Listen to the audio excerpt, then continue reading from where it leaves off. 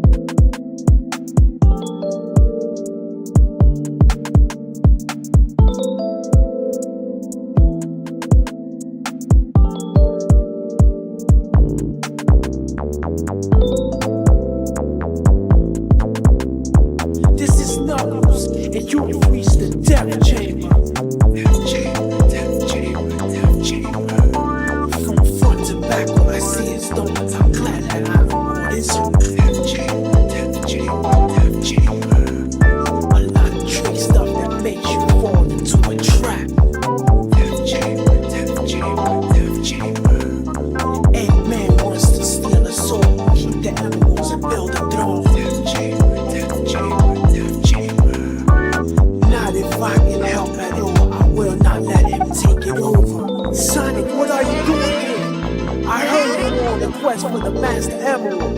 You know me and you don't get along. I don't think that's the point right now, Knuckles. I know how much the emerald means to you, and I want to help get it back. Stop being stubborn and think. Well, I guess you're right. You're damn right, Knuckles. I know Eggman's secret station's here somewhere. All we have to do is find it. I know he'll need a key to get inside. That's our only way to find it. So let's go.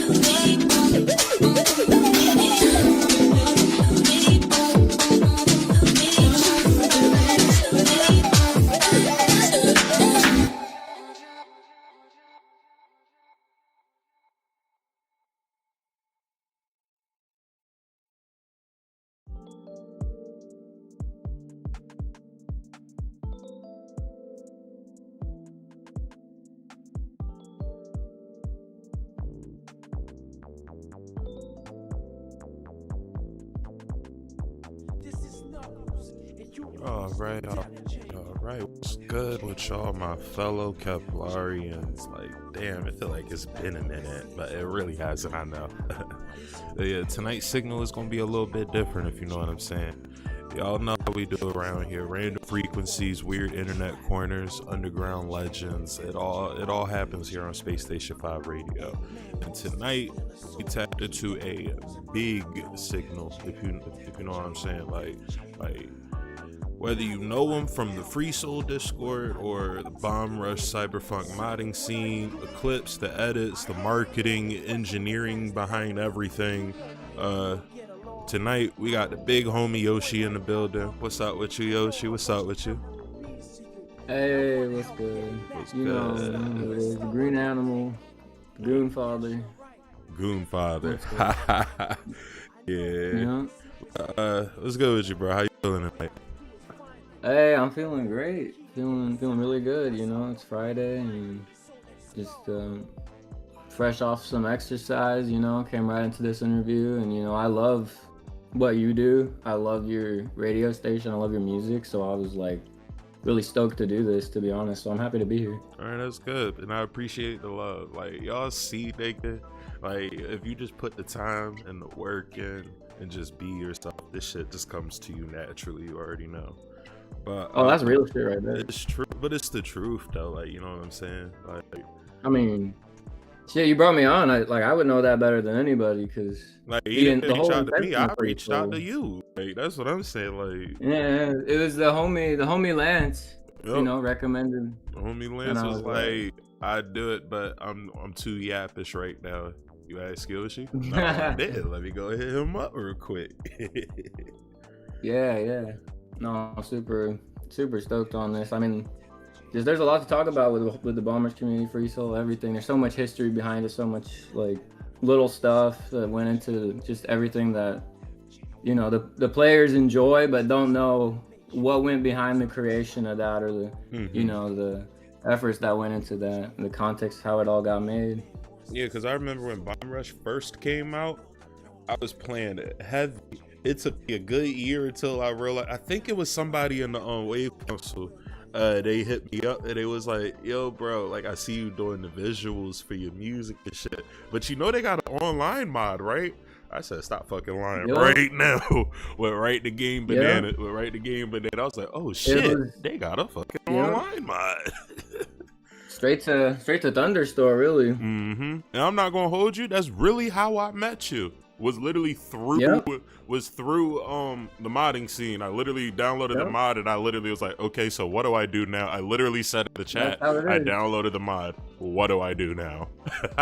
Yeah. And that's how it was, because before, I mean, I started Free Soul server, and, you know, I have some homies who, like, one of my homies put me on to Space Boys music, and I was like, I love jungle, drum and bass, and that type of stuff, and just the whole underground vibe and the video game aesthetics and stuff, the retro games, and you know, I just love that shit. So I was like, oh, this is awesome. And we have some people on Free Soul, you know, the Funky Uncles, who started Funky Uncle FM, the net radio mod and the radio station that you can tune into in game. Shout out Thunder Kid. Shout out Big Girl Thunder Kid. Shout out Thunder Kid. Thunder Kid, that's our girl right there. But you muted yourself. But no, it's my bad. I had someone in real life was talking to me real quick. Oh, well, tell them you busy. I did. I literally did. That's all I told him, as a matter of fact. You know, we busy. We busy. We out here on the frequencies. But yeah, shout out Thunder Kid and the Funky Uncles. But anyways, so that's how the connection formed. Is I had the idea. I really wanted to get Space Boy to do a DJ set for our in-game raves, where, you know, once a month. We host Free Soul raves, get together to do 4 or 5 hours of DJ sets, and I really wanted to get Space Boy on one. So, which, by the way, we got one coming up on Sunday. Space Boy. Oh, that's right. That's Space Boy will be spinning. You dropped the spoiler. I wanted to lead into that. Oh man, but that's right. That's right. We got it coming up. You know, we'll be live from Kepler on Party Terminal Free Soul server this Sunday. That's right. Yep. I gotta More find info about somebody. that's gonna be coming soon. I gotta find somebody who mods, see if they could get a Spaceboy creation going on. I get free creative reign. Just follow the bass Oh, note. yeah. Just follow the bass note. Other than that, you got free reign to do No, we what can- you want and how we you can make hook it. you up. No, I got you. I already, man. We'll talk about this. I can hook you up. I already got you. That's easy. We can get that done. Get get Spaceboy that done. BRC. Whatever type of character you want, we got. Oh yeah, I got a whole lab. I already have a draw out of how I would want my character to somewhat look, just like general draw outs, sketches. And that's the beauty of this scene too. I mean, a lot of people come into the scene that that's one of the most fun things to do is have your character come to life in this low poly style, and where you can just have like all these crazy movements and custom tricks and hang out with your friends and just whatever, chill. It's a great vibe. Yeah, it's a beautiful thing we created. And for those of you who haven't played BRC yet and don't know, yes, you can jiggle physics in. Do with that as you will. Yeah, you could do a lot more than that. You can do a lot more than that. Do with that as you will. There's a polarization of like on the early days is like, should Bomb Rush modding scene become VR chat? And it was very interesting because like I feel like with the evolution of modding a Unity engine game where basically literally anything is possible, these plugin developers cook like crazy. And what is the innovations that they made from the base game? It's mind-boggling. What is my slogan? And it's just like, what is my slogan? I know somebody has my channel slogan. It's literally right there in my channel description. Oh man, now I feel like a fake fan now. I don't know it. Nah, you good. It's very low key. That's how it is. I don't know it off the top. Nothing is. Possibilities are endless. Nothing is impossible. That's right. Oh, absolutely. Yeah, I've read. Yeah, I've peeped that.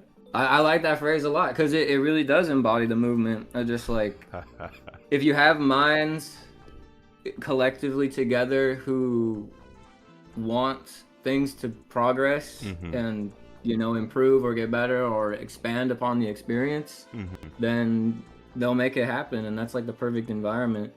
And it's almost like when you have a game where you can mod your own OCA and your own character, anything you want, you just have this inevitability of people are gonna have their characters in the game and they're gonna meet up and it's gonna be awesome. It doesn't have to be a bad thing. Yeah. That was the thing in the discourse, is that people were coming at it from almost a derogatory angle, like, Bomb Rush Cyberpunk multiplayer, it can't be like VR chat. We can't be mirror dwellers out here RPing. I'm like, why not? It's a video game on the internet. What are we supposed to be doing? Like what do you mean? Have an online modification. Yeah, like, we're here playing multiplayer. And at that point, it's gone to RP. It's funny that there was no text chat. When it first you hopped on when we already had All City Network multiplayer. But in Slot Crew, the original first multiplayer mod that was made like week 2 or 3 of the game, it was made very early on. It was which is cool, super cool. Like some genius stuff for real, some innovative stuff. But the dev didn't want to do text chat. So there was no chat on the game, and there was just like a lack of features. And also like there was this discourse where they didn't like the Movement Plus mod, and there was polarization there. And that's kind of where it all started, where like me and my friends who played the Movement Plus mod, and this kind of the people who appreciated that, wanted to have fun with that. We just were like, well, fuck it, let's make our own space, and the enjoyers will find us. We'll do a little bit of videos, we'll do a little bit of outreach, and yeah, it was kind of like catching lightning in a bottle. It really was, because I just happened to be in the right place at the right time. Because I came up in the community just like posting clips of just like, before the mods even came out, I was like speed glitching Bomb Rush and doing like clips that nobody was doing. Because I'm just like, dude, what if I like speed glitch this shit and like, can I like do this fucking crazy maneuver and then just like post it? And I was just like farming reactions in the Discords because it was fun. And then that's kind of how like I became known as like the Movement Plus guy or whatever. Okay, so Vegeta did bring up a good point because it kind of leads into the next question. Yeah. So he says, I've never played BRC. I'm a JSR boomer.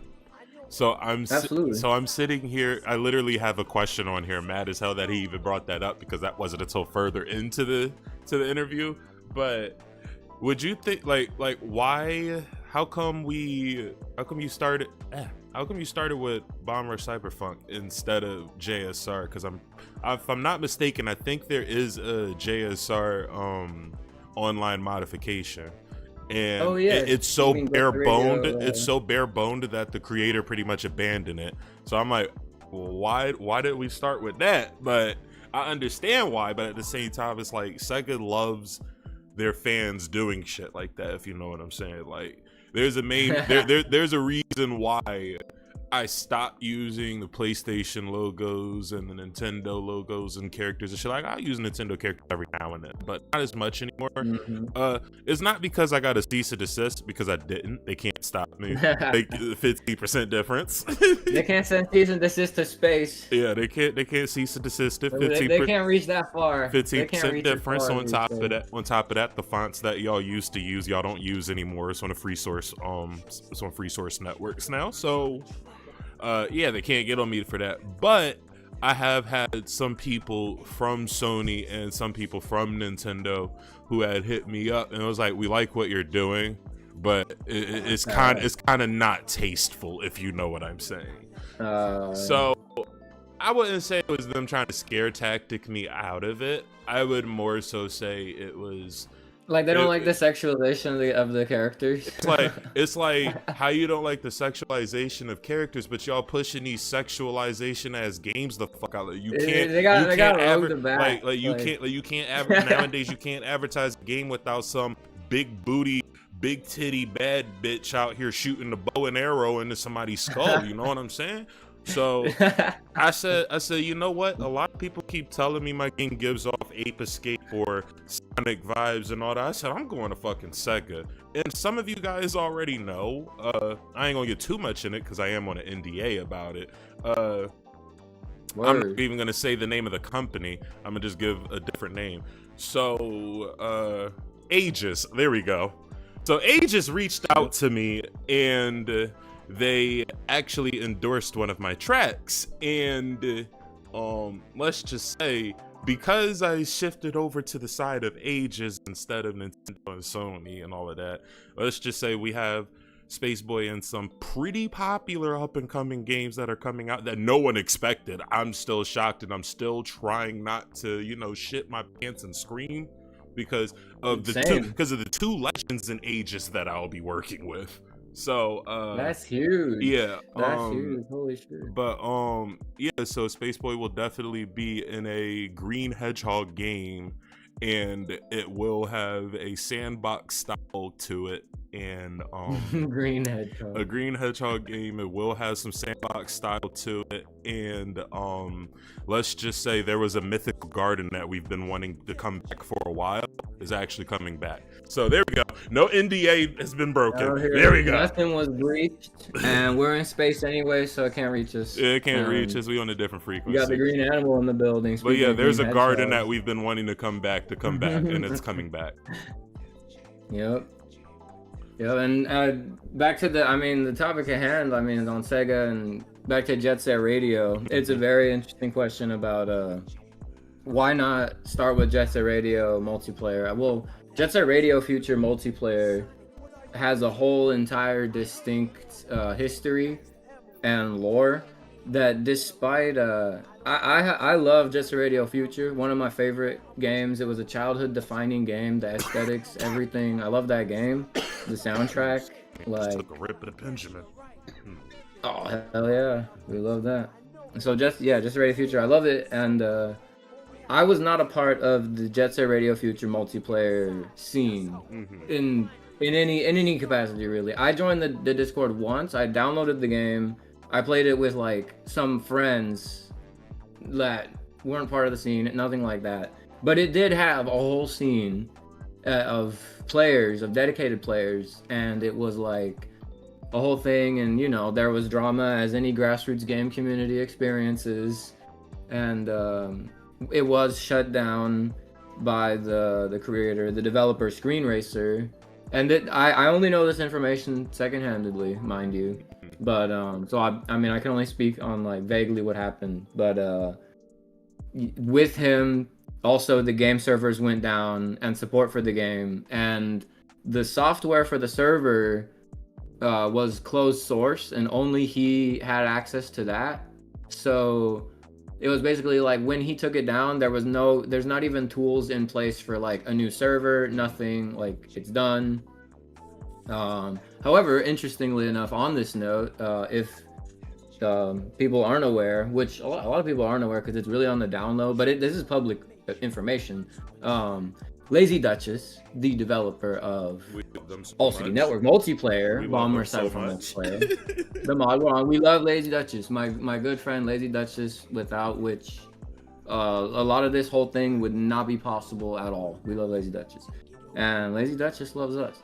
Also, Lazy Duchess developed, or rather, reverse engineered the server software for Jet Set Radio Future multiplayer, and then set up a new working server that has been public for several months now, that is fully like playable. You can hop on, it works, it's out there. You just download the game, which is still up on whatever their OG website is, I forget, Game Jolt or something. And then you just literally run it and then like put the server info in, and boom, there it is. So Jet Set Radio Future multiplayer does work, but there's no scene for it anymore. It's dead. The community's dead. Nobody plays. There's no player base. There's just, you can still play it with if you want.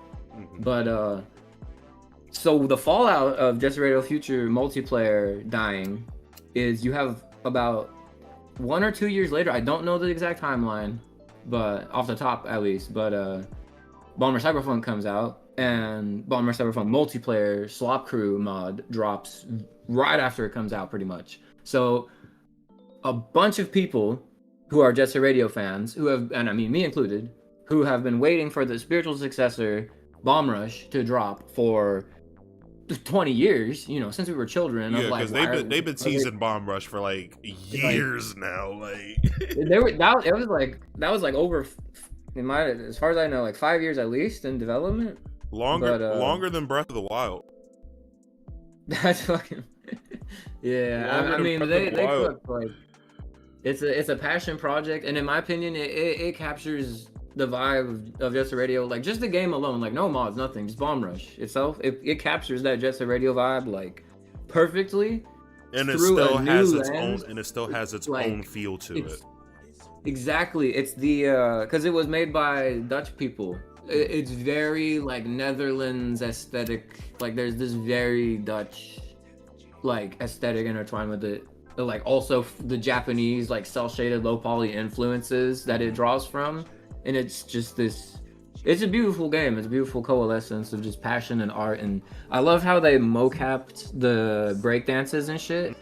Did you know that the game director Dion Coster himself actually mocapped the Bomb Rush dances, the in-game vanilla dances, like the break dancing and top rock? I know that. That shit. That's him. It's literally the game director. He did that shit. Yeah, you know the head spin one where they like spin on their head and just like spin repeatedly on their head, arms out. There's a video of him fucking with mocap shit on, doing that shit, and it's really fun. There's a lot of like cool stuff that went into the development of Bomb Rush. Like, not even like mods aside, like I'm just laughing. The game just deserves a lot of love. I'm just laughing because it's funny. Because I don't know if Odins is still in the chat or not. Odins, if you're in the chat, shout out to Odins. TWC, we are the way count, so you know what I'm saying. But yeah, it was Odins who really put me on the Bomb Rush Cyberpunk heavy. And he deadass said, before you play, I know you're gonna relate to DJ Cyber the most.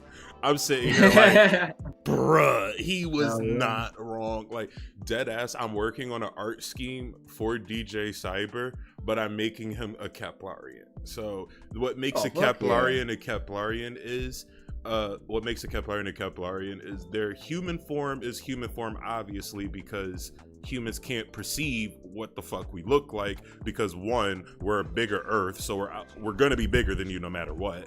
Two, we don't have a physical form. We have more like a gaseous corporal form. So it's like we wear human clothes, we have a human distinct outline-ish feature, but we're made entirely of gas for the most part, like space gas. Like We're made of purplish, reddish, hueish. Well, females are more so on the bluer side. Males are on the purplish, hueish side. But we just like have like a very cloudy, like, I don't know if you guys remember my old YouTube avatar, the purple weird looking guy sipping on a cup full of lean with low eyes. Yeah, that's how we pretty much look. Like, we don't have a defined facial feature or physical feature. We just have humanish features to us. Otherwise, we're just a big ass cloud of gas.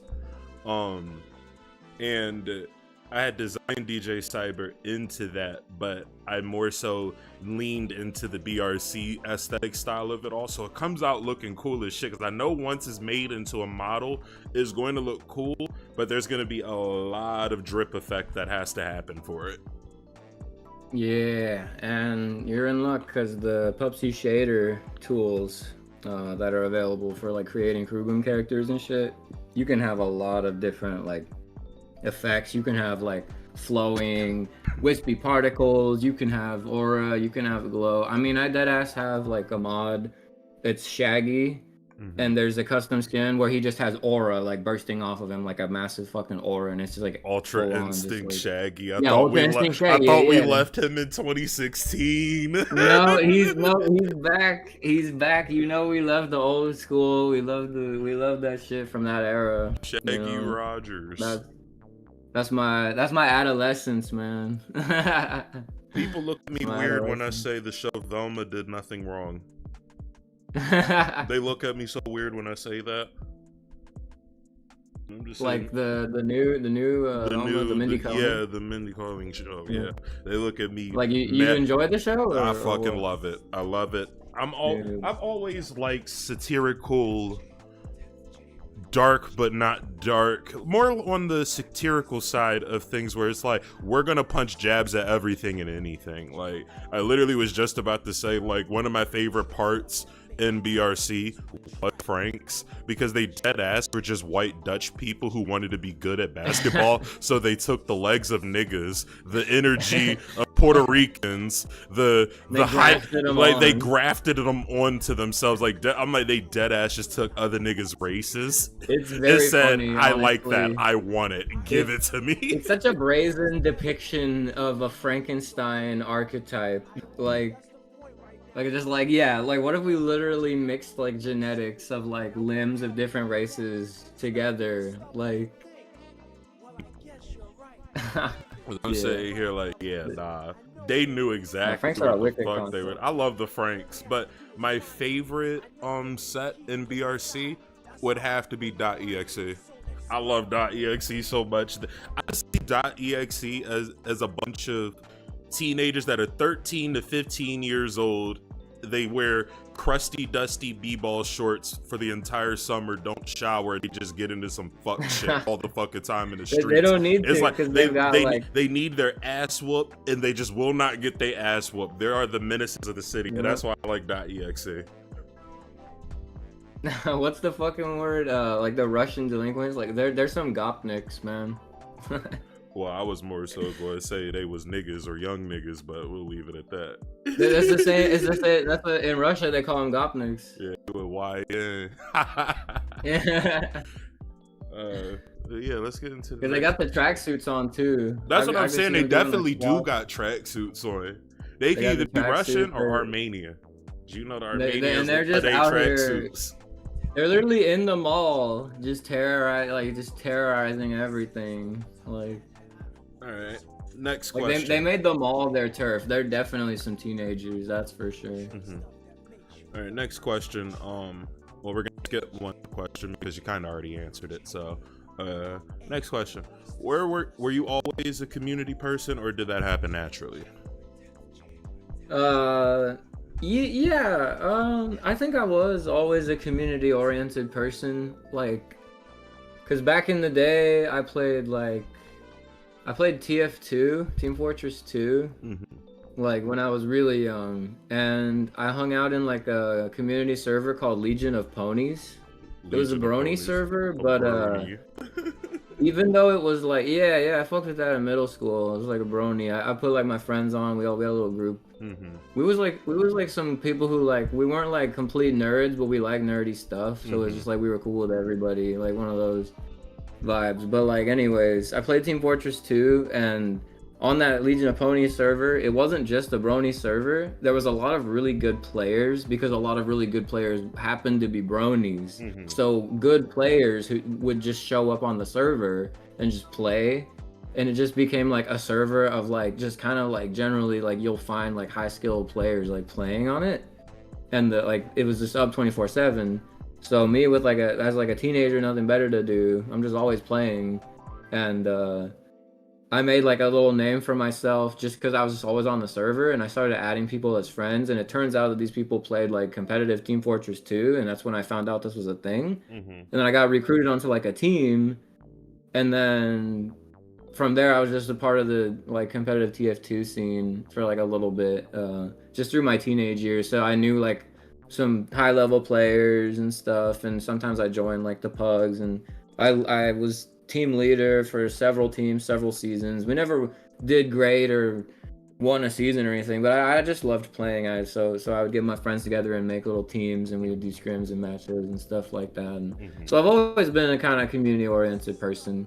But then after that, there was like a long years of like me not really like doing any community related stuff like that. Just like, you know, early adulthood, finding yourself, like doing stuff like that. And then, you know, I'm in my late 20s now, so it's just like Bomb Rush comes out. I had that shit day one, beat it. Like, I just loved playing and just ended up like making friends with people in the community because I wanted to, like, I didn't know anybody, like none of my personal friends, you know, my homies or whatever, like played Bomb Rush or liked it on the level or that I do because it's such a niche thing. So for me to connect with people who had that same interest, I had to join the community and reach out and put myself out there and like, you know, like as the game puts it, earn rep. You know, I every clip, every fucking post, every time I made friends with somebody or had a conversation with someone, that's like earning rep, and rep your it all set, adds nigga. up. It all adds up. We rep Free Soul around here. We rep Kepler, and it all adds up, you know, because people will know you from the small things. You know, it's like you don't think that you make an impression on people, but then you actually do. To this, like, it's just like by just existing. Like to this day, I still think I'm a bad what's it called? Bad influence on y'all. I'm known as the nigga who literally makes music and does not give a fuck what anybody has to say or think, and is gonna say what he wants to do. And I fucking love that. That's why you're the only channel I have a membership for. Did you know that? I did not know that. I don't pay, like, paying YouTube is bullshit. I pay for premium because I fucking hate ads, and I like bumping YouTube in the car, and like it's worth it to pay like fucking $13. I don't give a shit about that. Well, I was gonna do some membership editings and lower the prices. You're the only channel that I actually like. Well, it's for you have members only tracks, so it's like you kind of enticed me. Like I was like, oh fuck, I want to listen to like these tracks. So I like fucking. And some of those tracks weren't even members only originally. Only reason I made them members only. You got me with that. I'm not only reason they members only is because they're rare tracks. You know, like they're rare tracks. They weren't gaining enough traction. I'm like, you know what? If the world won't enjoy it, I guess the people who enjoy me that much will enjoy it. I fuck with the vision. I do it. I mean, like I said, you're literally the only channel that I did that for. I'm just like, yeah, like I'm not gonna support like a fucking like 1 million sub channel. They're good. I want to support a fucking underground vision that I really fuck with. That's like, yeah, like this dude, like I fuck with your vision, so that's why I paid, you know, $3.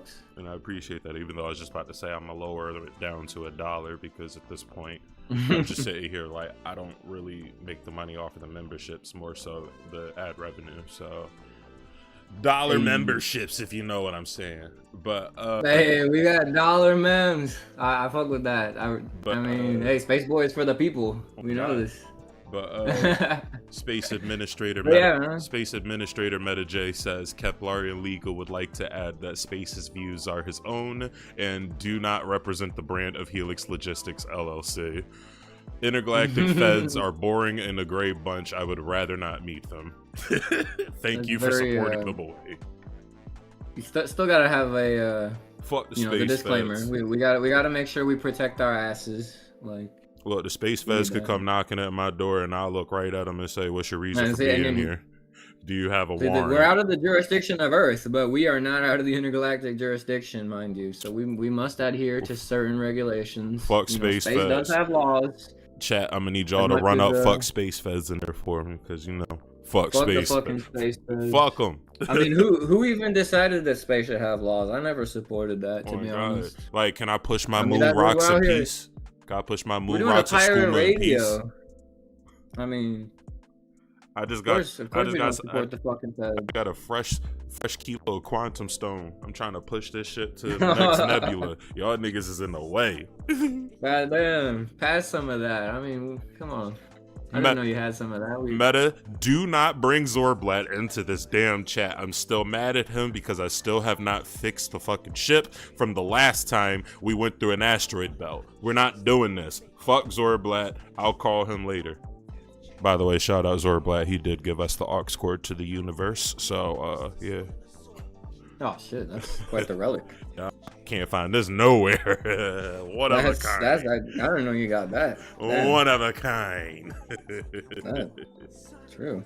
Here go Vegeta talking about I'm a space cop. Nigga, you are the most dirtiest space cop ever. You're from Space Britain. Yes, there is a Space Britain. Like, it's dirtier than Britain. Yeah.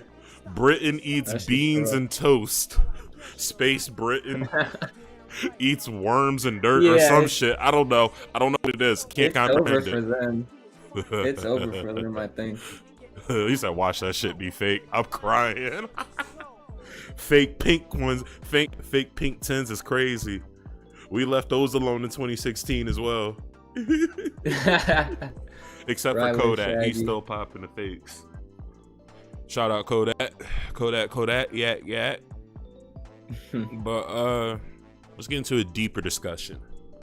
Do you think modding keeps games alive longer? Me personally, I say yes. Otherwise, Skyrim would have been dead years ago. Yeah. Oh, that's yeah. Anybody who thinks otherwise is a retard. That's my modding sustains games. Like, I mean, Bomb Rush, you literally have like a game that's like 1 gigabyte, and it's a beautiful game, but like it's such a niche within a niche of like there was 20 years no Jet Set Radio. Like there's like the people who are hyped for that is like a super focused demographic. Yeah. And, like it's even niche. more focused because first of all you got to be on PC to get the mods. So all the people who were Jet Set Radio kids who just played Bomb Rush on console and they loved it, okay, that rules them out. You want to play the mods, you got to get on PC. So if you don't have a PC, you're fucked. So that's the first gatekeep. But like, even with that, the people who then you gotta have the ability to mod. That's what I'm saying. Then you gotta know niggas who mod or be able to mod yourself. Yep. So that makes it even not more easy niche. to get into. But because of that, there's a satisfaction that comes with getting a modded game working and like having everything function as intended and it's like playable and it's like crazy, that the people who make it because they want to play it generally. That's like a primary motivation. And then like once it's in the game, they're like, well, cool, like this shit's in the game, it's awesome, now I want to make something new, something then this and that. And it just like, when you have such infinite tools as the Unity engine, anything is possible. Like even if we didn't have Free Soul server or like any centralized community, Bomb Rush Game Banana would still have mods posted on it. Of like, course. People would still Game Banana is like always posting clips on TikTok and Twitter and this and that of like whatever they're doing, you know? And no matter what, mods add longevity to a game because it allows people to unlock, or rather it allows people to apply their intrinsic motivation to the game. You're like, you're an artist, you want to see this, you have a canvas, it's a super cool canvas because like it's like you can insert it into this thing that already exists, and they can do like a bunch of cool stuff. And so that automatically is like artists are gonna hop on, creative minds are gonna hop on, passionate minds, and when you have that passion, it just creates more passion. And as long as someone is around to keep the flame going, even at least a little bit, it's going to stay alive. And even if it dies, the community, people will still play on their own, and people will still make little videos and content about it. Stuff like that. Lance, definitely right about that. You got to get a good PC for this. I'm not gonna lie, I definitely had the factory because I've been working on this game that I've been developing a little bit more like for the past couple of days now. So I remembered that most of my files are on a cloud storage. That's fine. So I just took it off of a cloud storage. But at the same time, I remembered it's not the same setup I was on before. This is old reliable I'm on right now until June 16th when my computer comes in. But I had to factory reset my computer. The shit was still slow and chugging using Unity Engine because I decided to say let me use Unity Engine for some of what I have going on and learn it a little bit. But I was using Unity Engine and it was still chugging. Lie to you the fuck not. I know Meta's gonna say some shit, even though I had already did it, but I know Meta's gonna say some shit. Lie to you the fuck not. It took me factory resetting my computer again, installing Arch Linux, and for some odd ass reason, Unity runs perfectly fine now. Damn. I didn't do nothing with hardware, just software. And I'm like, bro, why? Like, why? Yeah, sometimes that makes a difference. Like, why? Like, why is everything a CPU and GPU chugger? Like, can we please just go back to the days where RAM cost like what, $40 for 8 gigabytes? like, fuck. Not even 8 gigabytes. It's like you don't even need all of that RAM for real. Like, RAM used to be dirt cheap, bro. I was watching this documentary, and back in the early 2000s, a stick of RAM costed you $15. Yeah, no, right. RAM used to be cheap. I mean, the hardware used to be like standard prices, nothing too crazy. I mean, the AI bubble. I mean, it's a whole thing. It's like. You hold on real quick, Vegeta. You cannot say mods are the reason Bethesda are lazy and trash now, because it's not true. They were lazy and trash before mods were even brought into the scene. Do we not remember Redguard? So kind of on that note, something funny that just was really amusing to me is on the topic of mods keeping a game alive. Bomb Rush Cyberpunk as a niche game. Is a crazy example of this because it skyrocketed in popularity beyond the initial scope of what its demographic is due to the mods. So it's like people fuck with Bomb Rush, but there's a lot of people who like only got put onto it because like, oh, I can put my OC in it, or oh, I can play as my favorite character from my favorite game in it, or oh, I can play as the entire fucking cast of this anime or that franchise in it. Like, there's so many mods and stuff that draw people in. And I mean, some people are just in it for the multiplayer in the first place, and they don't even like beat the main single player game, which is a shame. But what the bottom line of that is it's money to Team Reptile through sales every time somebody buys a legal copy of the game to mod it and get into that. Yeah. And if it wasn't for the mods, that's like so much less people, so much less sales, so much less profits for them, so much less. Like they started working on Hyperfunk. If you ask Hold on, don't talk about that yet. That's the next question. Okay. All right. I'll save that for the next. I mean, it's to my point though. Yeah. Anyways, the mods, like. Damn, I got sidetracked with that. No, you're good. Basically, man, just everything is okay. So the mods drive sales. Yeah, I got it back. I got my train of thought back. And what was funny to me is Bomb Rush Cyberpunk skipped 2 Steam sales. Two Steam sales. They skipped Winter Sale, 2025. And they skipped Spring Sale 2026.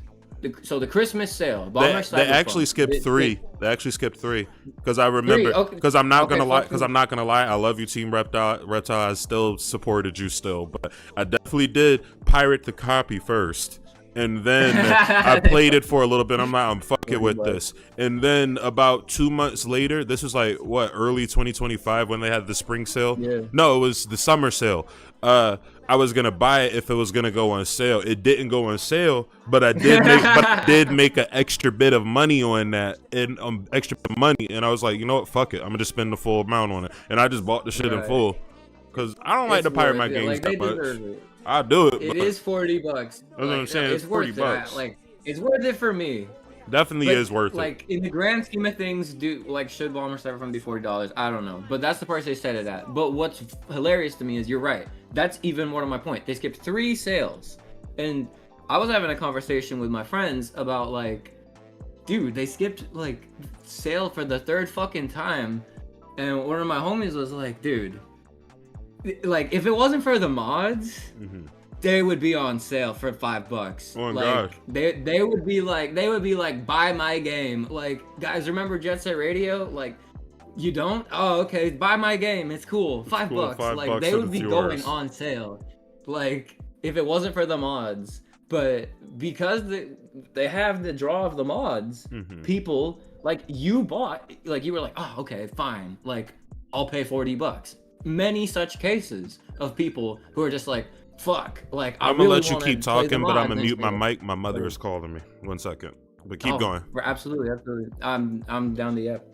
But yeah, like, so people want to play the mods. They pay full price. I mean, so you get sales for the game, and it's hilarious to me that they skipped 3 sales, because that's so bold. Like, that's so bold. I mean, I love Team Reptile. I love the game. That's so bold. Like, let's skip 3, like, for our indie ass game, 1 gigabyte, fucking 8-hour story. Let's skip 3 Steam sales. Let's skip the fucking fall sale. Let's skip the winter sale, and let's skip the spring sale while we're at it, guys. I mean, whoever decided that is a genius, really, because they probably made, I don't know if they made more or less money. I feel like they would have made more if they went on sale, because, like, then more people who are waiting, or people who, like, I don't know, I guess are broke or whatever, don't have jobs, or just like, oh, if it goes on sale for $5 or $10, I'll buy, and they just wait. Like, then you get those sales if you go on sale, because the Steam sale is just like, what, like 1-2 weeks. Yeah, welcome back. Literally just yapping about the Steam sale, lack thereof, for Bomber. It's intentional though. Still listening. It is, and people still buy because they know that people will still buy. Like, oh, I want to get into the mods, I'll still buy. Like, and let's not. Well, kind of the next question. Are you hyped? 10-hour game turns into a 100-hour game. I was just about to say, like, this leads us to the next question. Are you hyped for Hyperfunk? Because it's a multiple question. Are you hyped for Hyperfunk? Do you think it will come out? And do you think I should pitch music to get in? Because we all know that all of the money they're making from not doing these sales is going directly into Hyperfunk, which is why they're not putting it on sale. They need this money. That's what I was thinking too. Like it's pretty smart, because, like, I think there's since day one of Bomb Rush. Not even since day one, but the developers themselves said some shit of, like, we're not gonna make Bomb Rush Cyberfunk 2, to that effect, and it was like pretty confirmed. No, we're not doing Bomb Rush Cyberfunk 2. It's not happening. Whatever. So the knowers who saw that are like they know. Yep, they confirmed it.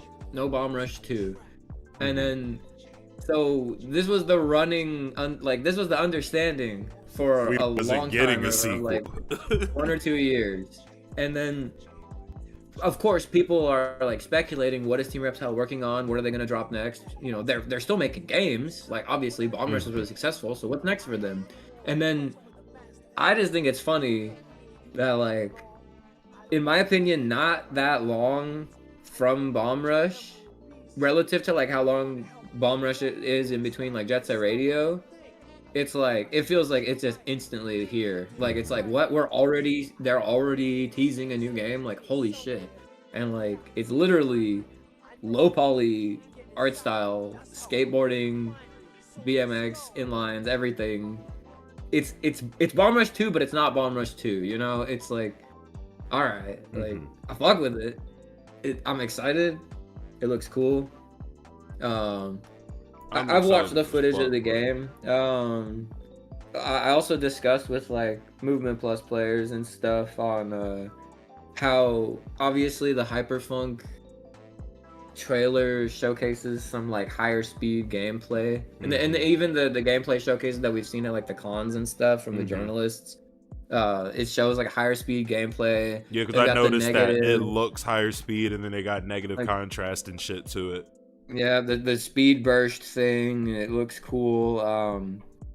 See, I mean, like, none of the people that I've seen with their hands on the controller playing the game are really, like, they're just doing standard fare. Like, it's not really much different from, like, vanilla Bomb Rush gameplay, and then they added, like, a speed burst thing to it. So it's, like, it looks cool. The new map looks really cool. I fuck with the character designs. Yeah. I'm excited to hear the soundtrack that they got going.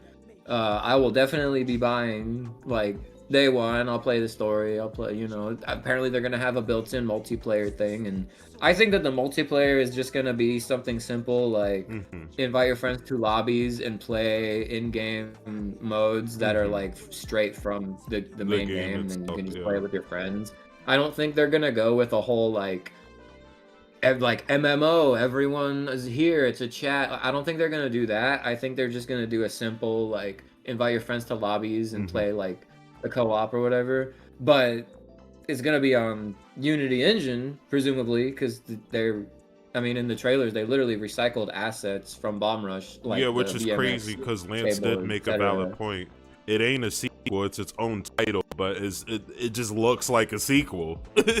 Yeah. I mean, you know, Canon made a video about it too, like, right away.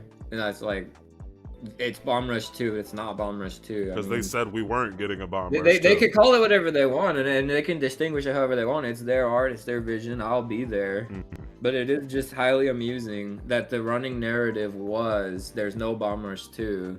And then their next game is like Cyberpunk, so it's not Bomb even Rush, that far off. But they saw movement mods, like they saw the movement mods, and they saw that people like going fast in the game, and they saw the clips, and they saw the culture that kind of formed around it, and they were like, let's make the game a little bit faster, let's add a little bit of edge, like. Yeah. What I'd like to see in Hyperfunk is more variation of the trick animations. Yeah. Directional input, at least. Some kind of directional input for trick inputs. I mean, if I can be critical of Bomb Rush, and I feel like I'm in a great position to be critical of Bomb Rush because I love the game. Where it's like, I mean, I can pick apart like the nuances of it, like what I love about it, what I hate about it. But one of the weakest aspects of Bomb Rush that definitely feels half-baked is the trick animations and the trick variation. Yeah. Not that they aren't good animations, it's just there's not many. It's literally 3 tricks per style, if you're not including having one foot. The same boost trick, like having the same button for boost tricks do the same animation for different buttons is just not it. I mean, half-baked. I get that they, you know, there's probably constraints, but coming, you know, if you have a game like Tony Hawk in the mid 2000s, like, at least they had directional input for certain tricks, hundreds of tricks. You can even create your own tricks, like. Yeah, I just feel like it was really lazy. Like even Jet Set Radio Future, where it's just press one button to do your tricks, and there's not even boost tricks. There's more unique animations, and it just cycles through them randomly. But there's literally more total animations. Lazy, like, no Dutches. Yeah, like I just. It's questionable. It's really questionable. And did it detract from my experience of the game? Not really. But like, once you get new tricks going, like for Bomb Rush, once you modded them, you can't go back. There's no going back. I'm literally doing a vanilla playthrough of Bomb Rush just for basic visuals, and I'm so mad. It's like I'm redoing the story. I'm literally mad. I'm like, damn. Well, I can't acid drop. Well, I just lost the point competition to the Franks. Like, Like, you know how I play. Literally the day one I downloaded Movement Plus, it was over. I got it in seconds. Like going back to vanilla, I'm like, oh my god. I was like, oh my god, this is horrendous. I'm losing to the first area. Like, this is horrendous. I can't even acid drop. What the fuck? I can't wall plant. I can't fucking rebound off the top of this car. Like, the fuck is this vanilla ass bullshit? I'm like, at least you could have put a wall plant. Like, the least you could have did was a basic wall plant. The vanilla game is good. I still love it. I just yeah. I do too. I do too. It's just the vanilla. Like, I would love to do a vanilla playthrough with all the knowledge that I have of like the tech and of the spots, the goon spots and stuff like that, and just glitching and just the knowledge I have of the game. It would be fun to just strip away all the mods and just see like, what do you have in the base game? Like, what can I do? What would I have nothing to work with and I have all of my mod tools taken away? I think that would be a fun challenge. And if I did do that, I would either like stream it or record it, because I feel like it'd be really interesting. And to those of you who don't know what the term goon means, it's a freestyle community terminology. You're good. It's not the goon you're thinking. I mean, it could be, but it's hitting the G spot. I mean, we're out here. Is it the G spot? We out. We're hitting the G spot. We're going fast. Some stuff happens. We're moving.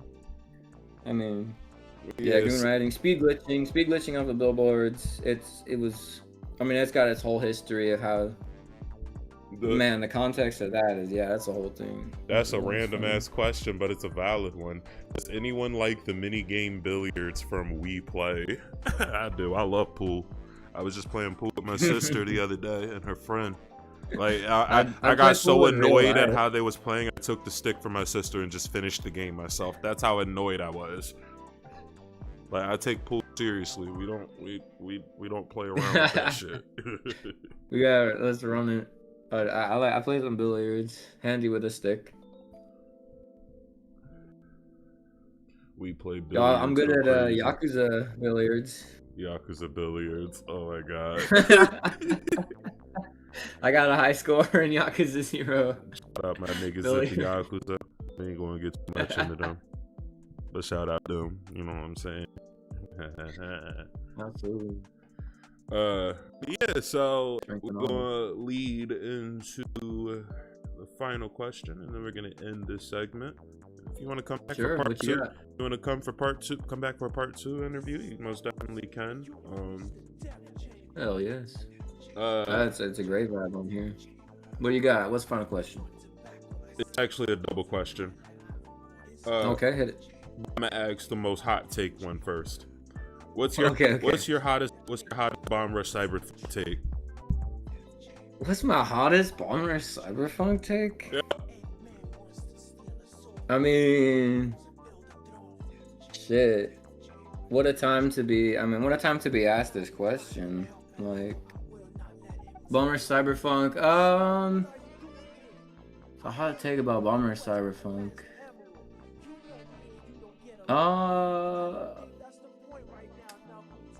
If it wasn't for the developers leaving the Goon Ride speed glitch in after it was discovered in playtests, no, I wouldn't be here right now. None of this wouldn't be a thing. Free Soul, none of it. That's like the most important thing. Devs is crazy. No, it's not. No, the devs it's good. They chose to leave it in, and they confirmed week 1 in the Team Reptile Discord that people were asking them, hey, I can just shoot off a billboard and go through a fucking wall. Like, is this a glitch? Like, are you guys gonna patch this out? And they were like, nope, we're leaving it in. That's how it is. Like, enjoy. And then like, so all the speedrunners were like, fuck yeah. And then just everything, like, everything came from there. Like, I saw this cracked Russian dude posting clips of shooting off a billboard on Pyramid Island. And this is week 1 of the game. No, this is no movement mods, nothing. All this guy has is a safe space. Wait, this is a whole Yeah, week of all he not has touching is a grass. save state. Shooting off of a billboard, flying over the whole Pyramid Island as Fly Me to the Moon from Evangelion plays in the background on his video. And then he fucking, at like an insane speed, while flying, hits another billboard and rockets off again, and then pops into the sky again. Like week 1 of the game. And I'm out here like playing the vanilla game, like figuring out the scores and you know, and shit like that. And I'm like, what the fuck is this guy doing? And then right when I saw that, I knew. I was like, I am gonna learn how to do this shit, and I'm going to record fucking random shenanigans. Like, and that became my mission in the Bombers community. Mm-hmm. Which That's my hot take. My hot take is that without goon writing in the game, and without calling it goon writing, like if that wasn't the name, mm-hmm. like if it was something else, that'd be lame as hell. Those two things came together for me to catch the lightning in the bottle and create the Free Soul platform and be the figure in the community that I am, and that's on goon. The whole shade is I'm starting to think that I'm sidekick because I had a feeling that was your answer, which is why I said it was a two-sided question. Because the next question is, what's the weirdest or funniest thing that's happened in the Free Soul community? The weirdest thing that's happened? The funniest thing that's happened? Yep. Dude, I gotta okay. It was at a takeover. Okay.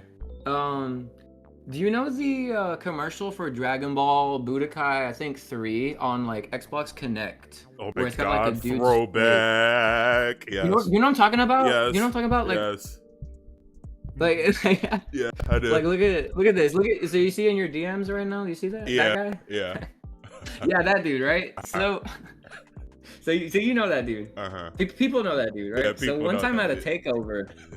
takeover, Free Soul takeover, just a standard fair event, a multiplayer meetup. Mm-hmm. We're gathered on Super Mario 64 Cool Mountain. Mm-hmm. And Hold on. I gotta do the sound. I gotta do the sound. You can keep talking. Best believe that. You can keep talking. I'm gonna find the sound real quick. You keep talking. All right. So we're on Super Mario 64 Cool Mountain, and the map maker, my friend Woodstock, the co-owner of Free Soul, co-founder who runs the server with me. Shout out to Woodstock. Shout out to Belle. She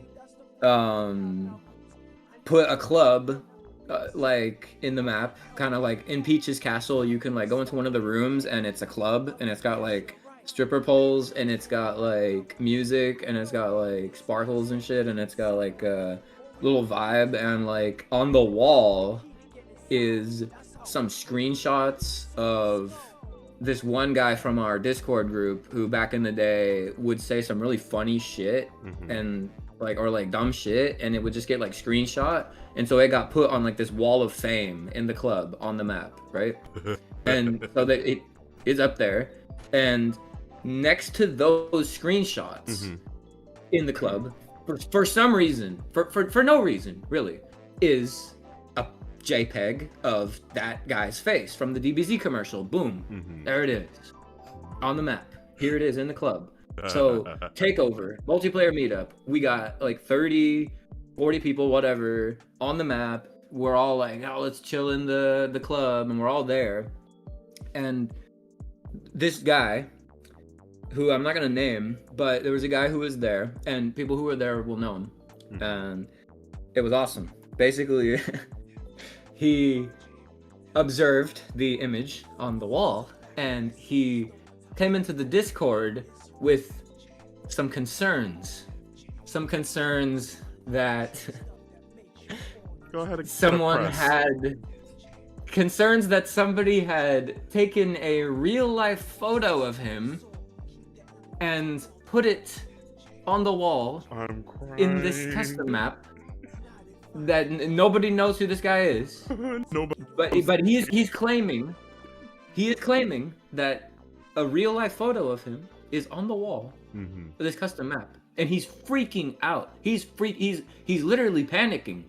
He's like, guys, if I did something wrong, I'm sorry.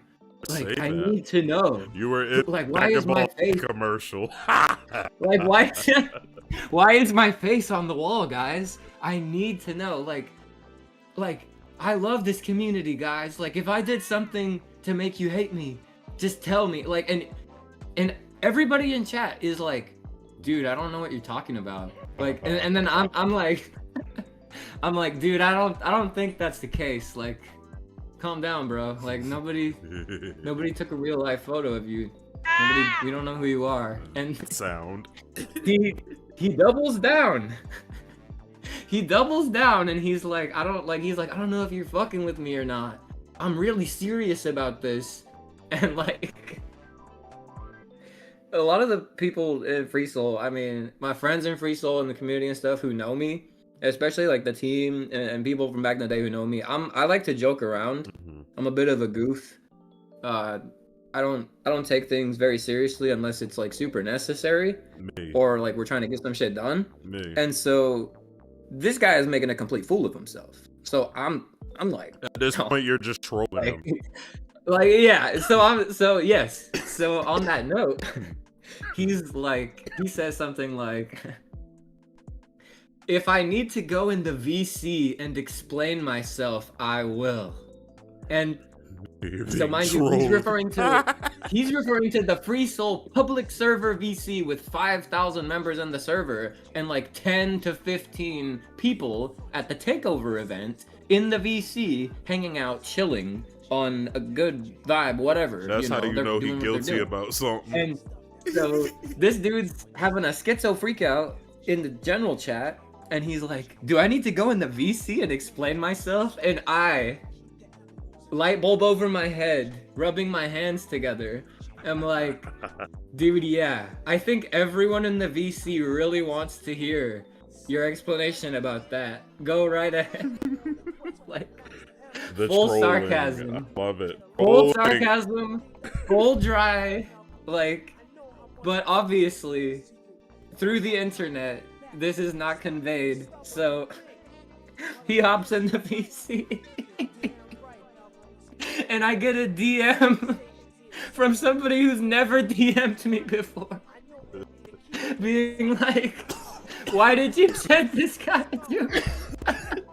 to our VC? He's freaking out. And I'm like, sorry, bro, I didn't actually think he'd fucking join. I didn't think he's that much of a dumbass. Nah, nigga trolled you like, off the some edge. people can't take a hint, bro. Like, trolled him off the edge. And if, dude, people who can't take a hint are my favorite people to troll. So, bro, that was so funny to me, man. The fact that I got a DM from a community member, like, not really pissed, not like, oh, why did you do that, whatever. No, they're literally just like, bro, why did you send this guy to our VC with like sob emoji? And I'm like, I'm sorry. I literally said he was chilling on his the VC on his with his earbuds, and all he's hearing is a dude crashing out. He said that I thought he was a furry. Yeah, he's just crashing out, and then eventually it just resolved itself, and the dude just did the walk of shame on out of like, was kind of never seen again, because like, how can you ever show your face again? Like, you got trolled to maximum limit. Like, you have to get off that for a little bit. Like, it's over for that guy. Like, there was never any possibility for him. Like, that was Chris? No, it wasn't Chris. Oh, no, I was gonna say that was Chris. No, that was not Chris the Fox. Chris the Fox is the guy in the Discord screenshots next to the DBZ guy on the wall. The guy who made a fool of himself is not Chris, but I'm not gonna name him. Don't name him. I just saw that. I'm not in the Chris. business of doing that. It's dude. Just, if you were there, we like tea. We like tea in a cup. Like tea all over the place, if you know what I'm saying. That's what I'm saying. Like, if you were there, you know the story, you know who it was. Nobody really knows. He's unimportant anyways. It's fine. Like, that's my hot take. That's your hot take? No, that's the funniest. That's probably one of the funniest. I don't know. That's really memorable to me. I mean, yeah, it's really memorable to me. You know what? Now that I think about it, I think I was part of the free soul community then. I was just silent for the most part. I think I was in that VC at the time. Oh, really? Yeah, now that I think about it, that was back when I was just getting into it. And I like to observe my surroundings before I say anything. So there was a guy crashing out in the pub piece. Yes. I was silent, smoking my blunt, just laughing. I'm like, what the fuck? Yeah. Literally, what Lance said, ain't no way. That's how I am laughing, smoking my blood at this. I'm like, ain't no way. I'm like, bro, I'm just sitting here playing the game. What are you crashing out for? Like, oh, that's funny shit. I think some people take that shit a little too seriously. You shouldn't be on the internet, then. I'm gonna be real. You got trolled to the maximum level, and you fell for every single bait that was thrown out there. It's natural selection at that point. Where can somebody hand him his award? His fork and socket award. No, yeah, I'm saying. But yeah, and you know what? You said Lance is in the chat. Lance was there, and he. This was like right after, or like shortly after I made Lance a mod at Free Soul, and he was helping out with the takeover. I'm not going to Zorblat for that, Lance. No. I remember he was like. In the general chat, like some guys brought it up like later on in the aftermath, and Lance was like, yeah, like, because the dumbest fucking stupid idiot I've ever seen in my life decided to like crash out, and like he said that in the general chat, and I went in the like mod chat or whatever, and I'm like, bro, chill, like I get it, but chill, bro, like.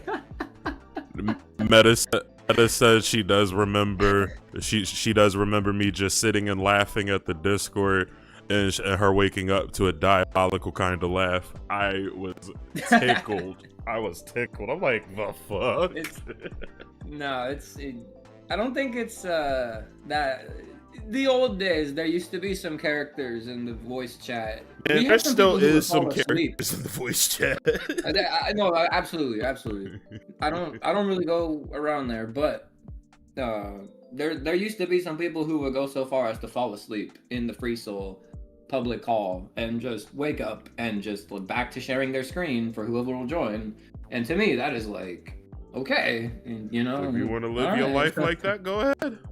Like, it's a public server. There it is. If you really want to, like, okay. I had a couple people in my server reach out to me and ask if I could make a sleep VC. I said, no, you can sleep by yourself. Like, the fuck? No, just call. What do you mean? You want to sleep with someone? Call them. Call them. Like, that's what I'm saying. Like, I'm not making a VC where it's designated for people to fall asleep. And like, hell no. Like, he's gonna end up as the orgy. If I gotta go to bed by myself, fucking a pillow, then so the fuck do you, nigga? Like, the fuck make you special? The fuck? Yeah, no, we're not making a fucking sleepy piece. Like, the fuck? No. I am a musician. I am not a sleep aid creator. Like, the fuck? No. The orgy VC is crazy, Lance. It was an idea, but I'm not doing that just yet. Like, I don't have nearly enough people in my server right now after the great nuke, and at that point we just don't need a sleep VC right now. But the orgy VC though, we might have to talk about that one later. And now see we might have to talk about. That I think we can build a section of the ship. Yeah, we gotta talk about that one. I know a crew. We can maybe get a section of the ship ironed out. And here go Vegeta saying, can we also get a Circle Goon VC? Nah, I'm good on that one. We got that. Nah, with the spatial sound update for the Discord going to make a orgy VC is crazy. Yep, and you know everyone's getting pinged. The E-cut chair. Lance, I'm done with you, bro. The E-Cook chair is crazy. And what's crazy is I'm not just streaming on YouTube, I'm also streaming on Shorts too. So it's getting to a wider audience of people. They probably scroll right to it and I'm like, what the hell this nigga just say? Let me go back real quick. And if you did what's up, subscribe, nigga. I don't know what you're doing. I only need 44. Well, someone subscribed earlier, 19 minutes ago. So I only need 43 more subscribers, and the boy hit 11,000. So let's get to that. I got several of my goons lurking in the chat right now, listening to these yaps. All of y'all better sub. And if you don't, I did notice that. I'm like, some of y'all, they sub because you can only chat if you're a subscriber turned on. Y'all, yeah, nigga, y'all thought y'all was That's how they get you. That's how they get you. It's how we get you on here, Kepler. Nah, but I normally don't do that. But when I saw that I only needed 44 subs left, I said, oh hell no, y'all niggas subscribing today. I'll get these. We get these. I'm gonna be real. Yeah, if we awesome. could get to 11,000, I might do another weekend subathon for y'all because I know it's been almost a year since I did one. That's sick. And I got hella plans for that as well. And we not just talking about streaming music. We talk about some IRL shit. We going out and doing shit type shit like so. We get it at 11,000. Right. Playing that weekend subathon, and we lit. There'll be giveaways. I'll have some CDs. We're still not talking about the great mishap of the CDs that I custom made and everything. I'm still planning on shipping those out. I just ain't had the money to do it. Nigga has really been recovering. There are so many people in this chat who will vouch for me and let you know this nigga has been recouping. But the CDs will be getting out of you. So before I do any CD giveaways, I do have to give the CDs to the people that actually paid for their CDs, and they're one of a kind. But after that, there will be CD giveaways, and I'm also thinking of getting into vinyl presses with Bandcamp. Apparently, they saying y'all pay for it, I get a fraction of the cut, they get most of the shit out of it, and they press my music on the vinyl for y'all. Hell yeah, I might get on that. Bandcamp. I might even say fuck it and buy one of my own vinyls just to be a fucking dickhead. Like, yeah, fuck yeah, that's actually really cool. Shout out to Bandcamp. I mean, they're one of the only music platforms that stayed real. You know, I mean. Shout out to Bandcamp. Like, I love Bandcamp, bro. Like, I've been more active on Bandcamp than I've ever been in the past year now. Like I decided that's like underground. Like it lives. Like I literally have decided. Yes, I love Bandcamp, but fuck Bandcamp. You're not going to do Bandcamp Fridays only certain times of the years. Every Friday for me is Bandcamp. There will always be an exclusive drop on Bandcamp for Friday. And I gave y'all a whole mixtape for free yesterday, bruh. It's officially 12 a.m. here. I gave y'all a whole mixtape for free on Bandcamp yesterday. Like, that come on. Fire, by the way. I listened. Thank you. Give that a bump. It was very good. Because what I'm going to do for my Bandcamp Fridays is, if I'm feeling like giving y'all a mixtape, then I'm going to give y'all a mixtape every Friday. Because I make too much music in a week anyway. Feed the people. Yeah, that's what I'm saying. And if I decide to make a professional-ass track, y'all might got to pay for that one because it's a professional-ass track. But I'm going to be real with y'all. But every Friday is Space Camp Friday. There we go. Space Camp Friday, you either get a free mixtape or some free tracks, or you gotta pay for that professional one. But it'll be at a cheaper rate than what I would normally charge, you know.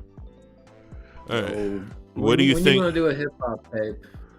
I mean, I got a hip hop tape in the work. I'm just waiting on niggas to finish their verse. All right. Yeah, Andrea said, "What do you guys think of Bandcamp getting acquired? Wasn't Bandcamp always acquired though, or were they just owned by Bandcamp?" They were reacquired, or not reacquired. Like, what do you mean? Past on ownership. Yeah, some shit like that. I don't know the specifics of it, so I can't necessarily speak on that. I'm aware I'm gonna say I ain't even know I didn't even know someone bought them out. They did. Who bought them out? There was some shit going around. I'm live streaming right now, and I don't need my computer chugging.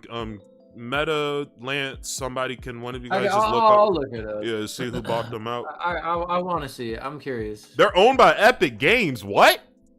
Don't troll me, bro. Don't troll me. Don't piss me off. Epic Games bought Bandcamp in 2022. Holy shit, where have we been? What? Yeah. Oh, and then it was sold off by Epic Games to a company called Song Trader.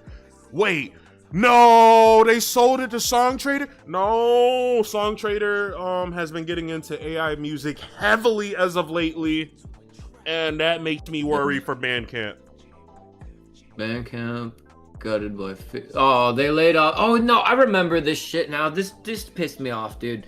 God damn it. Yeah, they laid off like 50% of the Bandcamp employees. Not Evil Empire getting into indie. Like, see, this is why. See, look, this is why the world needs me. I swear to God, I didn't just stumble into this music shit by an accident. I'm doing. Remember what we were talking about, Meta and Vegeta, about what I wanted to do as far as like my business idea? Yeah, I think it's time to, you know, press that red button now. Evil Empire's an indie right now. I can't do it no more. I gotta take over and rule with an iron fucking thumb. Parasitic imperialism, man. Like, fuck. It's crazy out here. No, that means we about to start seeing a lot more AI music from Suno AI and shit on Bandcamp, man. And it's gonna make me mad. It's a whole thing. Yo, you know, unfortunately, I filtered them out, but I'm sure you've seen the whole fucking wave of like fucking AI DNB that's been going around that people are trying to post of like these fucking shitty ass like AI DNB mixes. Yeah, and I'm sitting here like, bro, we can tell it's AI because you do not have the saturation. You do not have the saturation or humanization. That's what I'm saying. You do not have the saturation or humanization in the mixing that you should if it was actually made by someone. This shit is too perfect. It sounds so super, like they always sound so superfluous. That's what I'm saying. Like it's too perfect. Like there's too much melody of just like new melody, new melody, new melody. It's literally just liquid. It's just literally new age liquid. AI has finally gotten a hold of liquid drum and bass. Yeah, it's always that. And I go out of my way if I ever see one of those. To my great displeasure, I report it. I report it. I will click on it. I will dislike. I will comment "fuck you," and I will fucking like I report it. Like I report it like dead ass.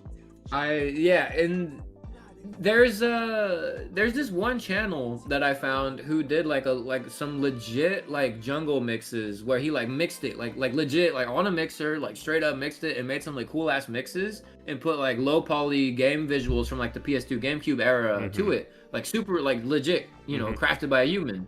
And he's got like 100 subs on his channel. You're talking about Shredinja, whatever his name is. I'm trying to remember his name. He does the Y2K mixes. Yeah.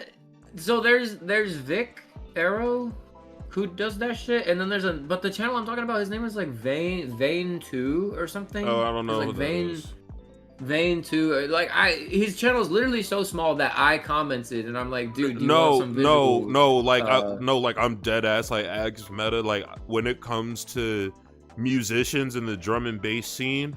Apparently, niggas have been calling me one of the founding fathers of the new age drum and bass. I'm never gonna claim that and take that because I don't think that's even the truth from the farthest. But if y'all think I am, cool. But so I do go around and like the underground to like the people with less than 100. Like, I'm always listening to people's shit. Like I don't listen to big artists. Like once you reach a certain threshold of subscribers, I love you still, but I don't listen to you no more. Like, I just don't. Like, you hit that threshold where I'm no longer needed. Who's next? Tuned into the underground. Mm-hmm. Yeah. But Lance, I definitely have that noted. He said parasitic imperialism would go hard as a track name, though, for real. I definitely took note of that already. I definitely took note of that. Oh fuck yeah! But yeah, how y'all liking the vibes on the stream, chat? Like I'm enjoying this interview. Like this is how I visioned Space Station 5 radio, pirate radio, to be. You know what I'm saying? We're just in a spaceship. Like that's what I'm saying. We just vibing and we talking and shit. Don't think we not gonna have more music. We will. It's just the talk segments are the important parts. It's what makes it radio. You know. Like you're gonna have your segments, you're gonna have your music segments, you're gonna have your bumpers, you're gonna have your fucked up moments, you're gonna have your deep and personal moments. Shit, 2 streams ago it was heartfelt. Like I literally got down to the nitty gritty of like everything. And, hey, on that note, you know, one of my favorite streams. I mean, not not favorite or whatever, but like I tuned into a lot, but a one that was really memorable for me, I guess, was when you did the written poetry segment. I mean, you probably remember, like I was in the chat for that one, but you did the written poetry segment, and at the time when I was tuned in, I was just like playing Bomb Rush, working on my lines. And just trying to go for like goon challenges and stuff. And so I'm just idly kind of playing, going for these maneuvers. And so I was just like locked in, like listening. And a lot of that shit was like really hitting. Like the themes of that you were conveying and the way you were conveying them was really nice. Like, I don't know, it was good. It was good articulation and it was satisfying. It was super satisfying. But that's the shit I'm talking about. It's like super unique. Like, where the fuck are you gonna find like someone doing written poetry segment, reading it out on a radio show? Like these days, it's not about that anymore. Like, it's to the point where I was thinking of leaving YouTube streaming alone altogether as far as Space Station, because they just installed a whole podcast feature for YouTube. So why not get even more real on it? You know what I'm saying? Like, make it my own fully. Like. 1 second. The Kepler cast. Nitsu says, Spaceboy, how did you manage to get the Captain Flippy 64 on the radio? Look, I told you, the Helix, Pandora's Helix, the name of the ship, by the way. Pandora's Helix, we are everywhere and nowhere at the same time. So we literally could be hovering directly over your hut right now. And you would never know. And you would never know. Like, literally true story. So I agreed to do the interview, and I was like, cool, we set it up, right? But what I wasn't expecting is, basically I was told that I would be beamed onto the ship, and I'm like, yeah, like that's funny, like, cool. And I'm like, yeah, call me on Discord when you wanna interview, bro. And so I'm literally sitting, I just finished like exercising, and I'm like, yep, I'm gonna do this interview. And out of nowhere, my corporeal form dissolved and I was whisked into the sky, and I don't really remember exactly what happened. And then I was on this ship. Well, that might be the side effect of Zorblat's plasma fusion injectors. Whoa, what'd you hit me with? You did sign the agreement waiver, right? I think so. Yeah, you did. You did. I remember you did. I remember you did. You're good. All right, I'll take your word for it. I feel fine. So, as long as I'm not having, tentacles sprouting out of me later on, we'll be okay, right? He says, "Scoop." That's not gonna happen, right? He says, "Scoop me, I got Zai." Shit, drop the low, nigga. Let's go. But yeah, so what was I about to say? Fuck. But yeah, quick, because I said we're doing this interview until the 2-hour mark. We're at 1 hour and 53 right now. All right. So quick, top 5 favorite Spaceboy tracks. Go. Off the top, man. You gotta go through all 456. I mean, I already know my favorite is Mega Mewtwo Y. I love that track. I always go back to it. I had to pay the membership to access it. I'm like, I need this track. Mega Mewtwo Y. Man, I'm so bad at remembering track names. Before you continue, it gives you time to think. Before you continue. I don't know if y'all noticed, but I do alternate which tracks are members only and which tracks are members only. Are members only. So, who knows? Mega Mewtwo Y might not be members only as of next week. I'd like to change it up at least once a month and then give y'all some new shit as well. But, y'all notice I've been trying to steer more into the long mix lately. So it's like, I'll make like a whole collection of songs and then I'll just drop them at once, and depending on how y'all like it or not, it determines if it goes on Spotify. But speaking of that, not gonna lie, y'all crushed the absolute fuck out of Bio 96 side A. Like, dead at, because I gotta give y'all side B now, because like I said, it's been done, but I'm like, look, if y'all gonna run it up, then go ahead, but I'm gonna wait now. But Bios 96, y'all crushed that shit. I'm not going to disclose what was made off of it. But Hey. but there was Spotify alone, there was at least 5K streams per track, except for Soda Cans and Milkmaid. And that was just thrown on there because it was an extra track. I didn't expect that one to do too good. But that's huge. Yeah, man. that's what I'm saying. Like, y'all are absolutely crushing it on Spotify. Like, I appreciate y'all so much, and I see that as a birthday present to me, so thank you all so much. Like, this is what I be telling y'all niggas for real. Like, Yo, what was your birthday? April 24th.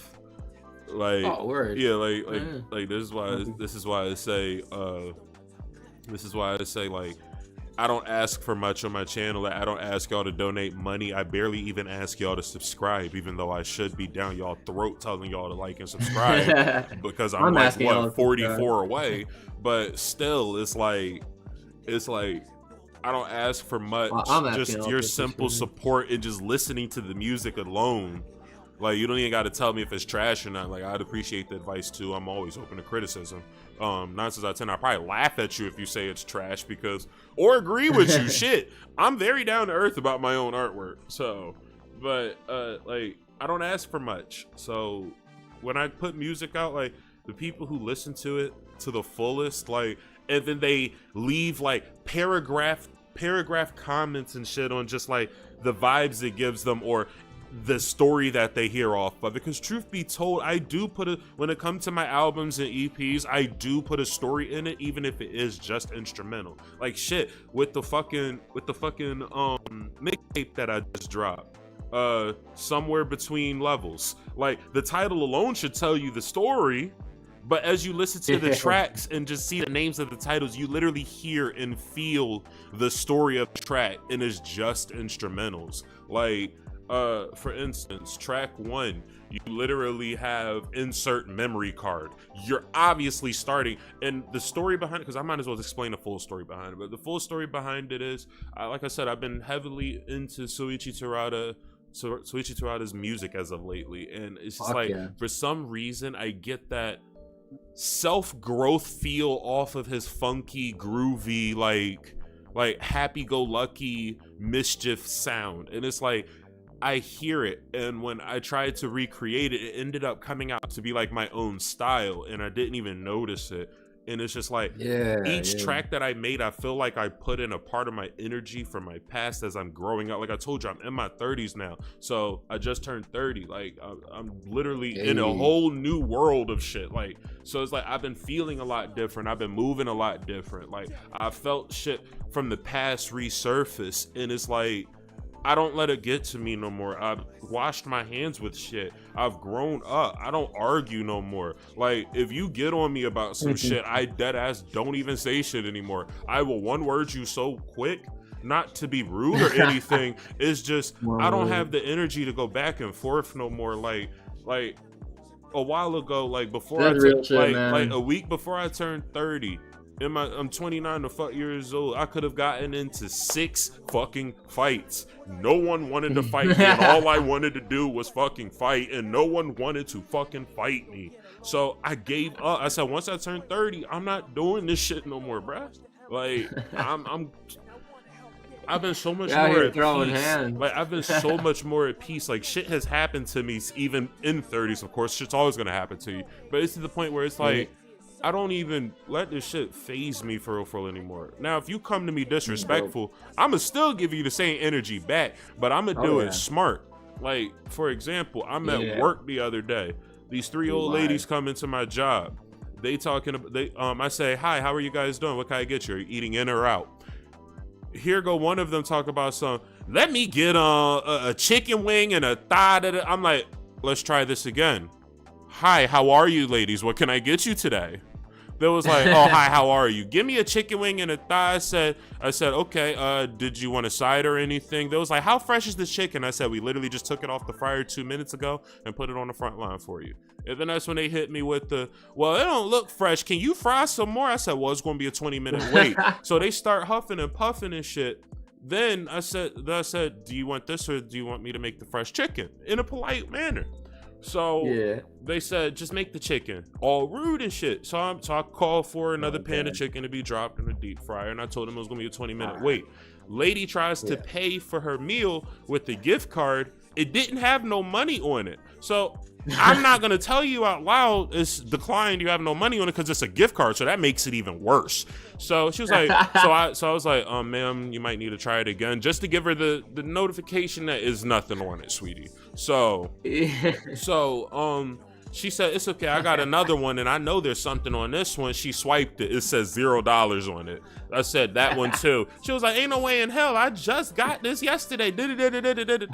She started about to start cussing me out over something that's not my fault.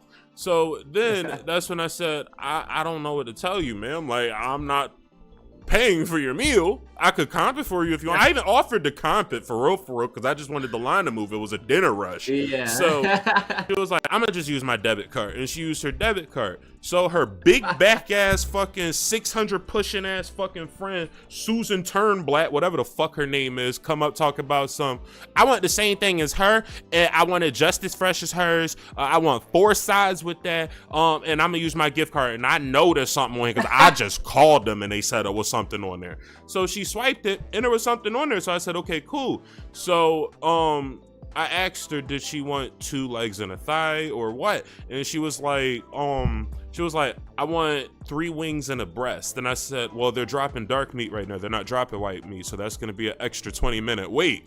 So then that's when she was like, well, I don't know why you sitting here just telling me all of this stuff and giving me the runaround. I'm like, at this point, I mentally snapped. I said, ma'am, I literally answered you down to the exact T. It is not my fault y'all came in here with a fucking gift card and ain't got no fucking money on it. Y'all niggas is broke. Just say that. That's not my fault. I told y'all I would comp y'all meal. And I said, don't ask for the manager, because I'm grabbing the manager right the fuck now. Like, I literally walked and grabbed the manager, and then that's when she was like, you can't talk to them like that. They're normal customers. I said, I don't give a fuck if it was Jesus Christ and fucking self. I demand respect just as much as they demand respect. They've been disrespectful this whole fucking time, and I'm not going to tolerate it for no $12 a fucking hour. Like, dead ass.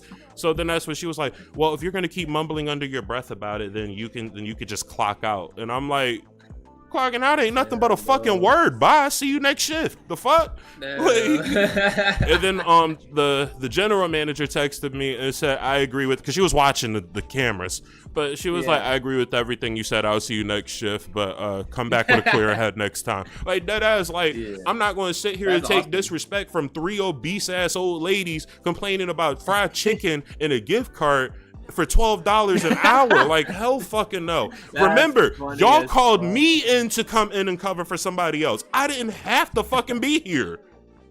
Yeah. You called me on my day off. Like, the fuck? Man.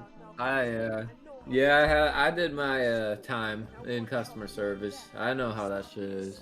They want a fresh chicken. They dead ass want a fresh chicken they could have made at home. Like, dead ass. I am in the fucking South. Like, everybody down here got at least 3 chickens in their backyard that's ready to croak, and they about to fry that shit. Like, dead ass. You got chicken at home that you could have cooked, and you chose to go to nasty ass. Well, I ain't gonna say nasty because I kind of fuck with their food. But you gonna go to fucking Bojangles and ask for some fucking chicken to be fresh after we just took it off the fryer. Like, bitch, if you look at the fucking pan, you see the oil is still sizzling off of the skin. Like, bitch, like, you just want a mouthful of oil? Like, what did you call her? You were like she got like 600 on her.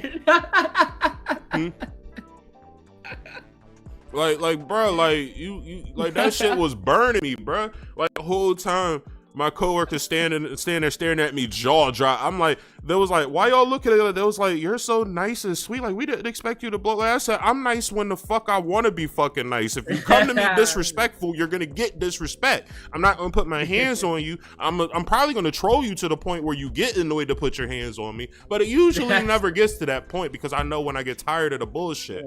So. Fucking the 3rd gift card took me out. Like, like, that shit really burnt me. She was like, well, if you're gonna keep mumbling under your breath, you can clock out. Bitch, that ain't nothing but a word. I'm going home. Bye. And I came right home, and guess what I did? Well, booted upstream. Oh, yeah. Booted upstream. Yep. Booted upstream. Like the fuck? Let's go. Straight to the ship. Straight to the Beat ship. it up. I mean, I would too. Shit.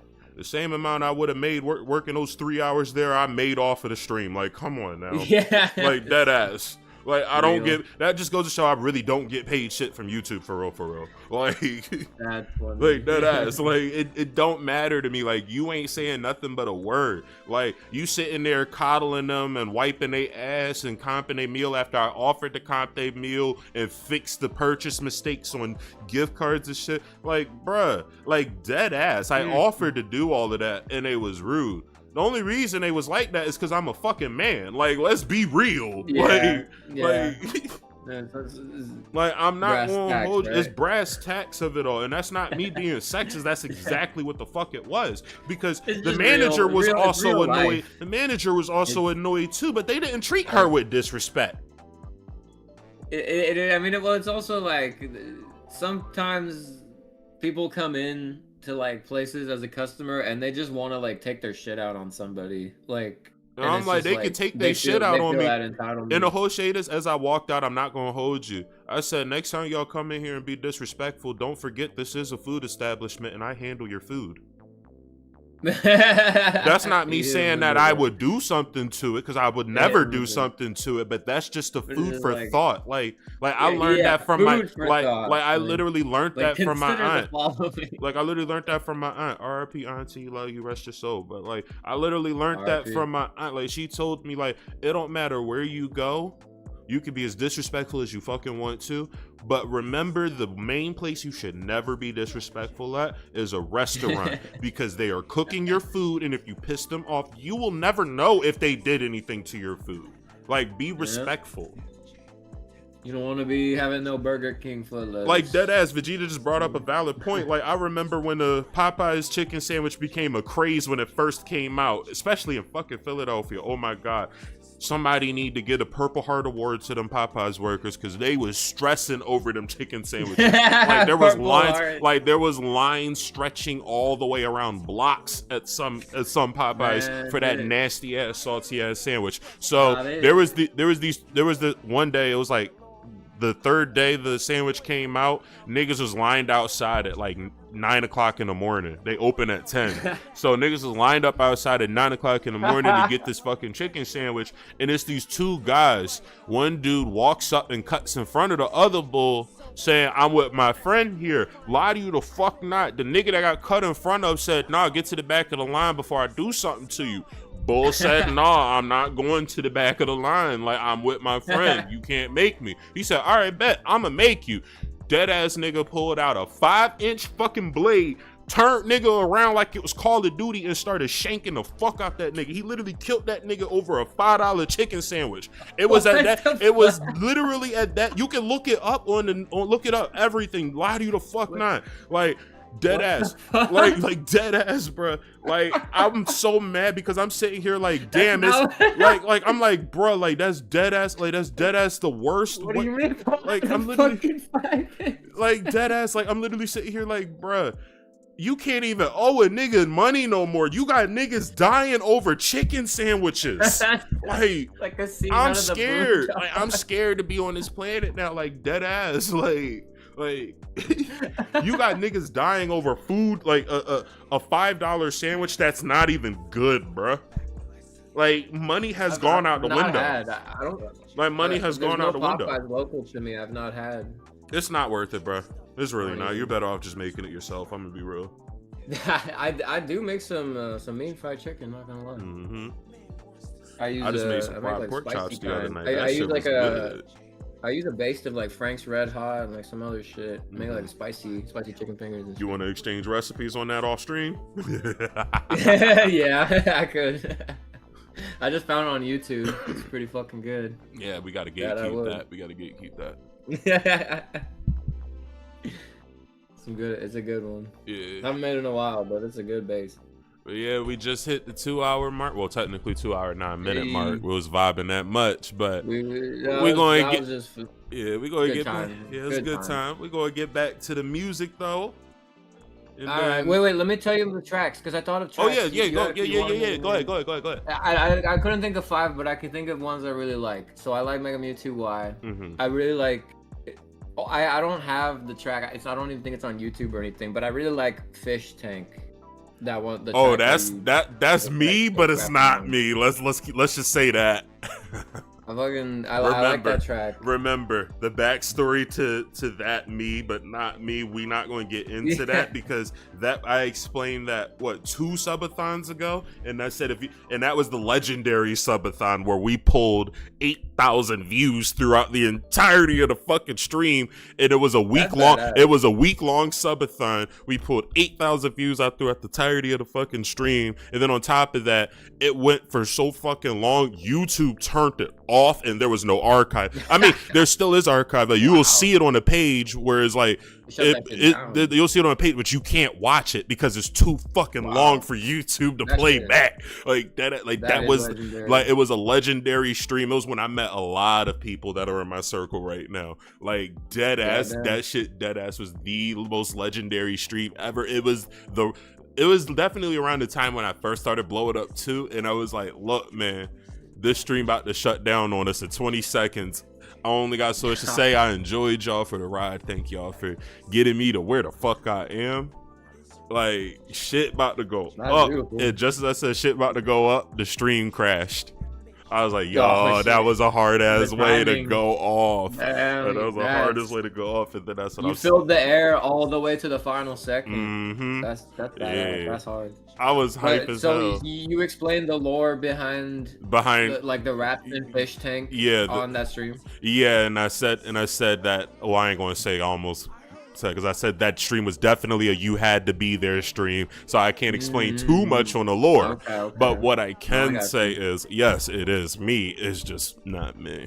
We left that. Well, it's a good fucking track. I like it. But then the other one that I love is Hex Maniac. That's a classic, all-time classic. I bumped that. Oof, there's a heavy story behind that one.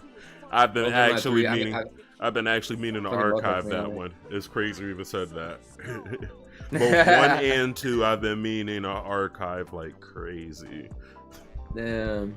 I'll probably keep it up and just throw it in members only. At least let me have them. I want to bump them. I was gonna say I'll most likely just throw them in members only instead of fully archiving them. Because I'm sitting here looking at my discography and I'm like, I have over 400 and something songs. Damn. I have over 400 and something songs. Half of it is set to private because I'm not flooding my channel like those other music pages where it's like overwhelmingly too many songs for me to sort through. So I like to keep a half amount privated and then the other half public and then variate between some of the tracks. But I have over 400 songs in my discography. I'm like, bro, I've been doing this music shit for so fucking long. But at the same time, I've only been public about it for 2 years now, and I already got 400 publicly available fucking tracks, and that's just the 400 that's out. We not gonna talk about the fucking hard drive itself. Like, we're not gonna talk about the think machine itself. Like, I be tuning into the streams and I hear shit that I never heard before every time. And then 9 times out of 10, and then I'm sure you'd be like, oh, we're probably getting this for a new track, and you will never hear the light of day of it again. Yeah, exactly. That's why I'm like, if Fish Tank is one, I'm like, if it comes on stream, to bump that, I literally went to the VOD of like one of the space station broadcasts. I can just give you the link to where they find it because it's still publicly available. 1 hour 20 minutes. Because it's still because it's still publicly available to listen to. It's just not on my channel. It's on my old. We talking back. All right, I'm gonna just give you the lore. So it's great content anyway.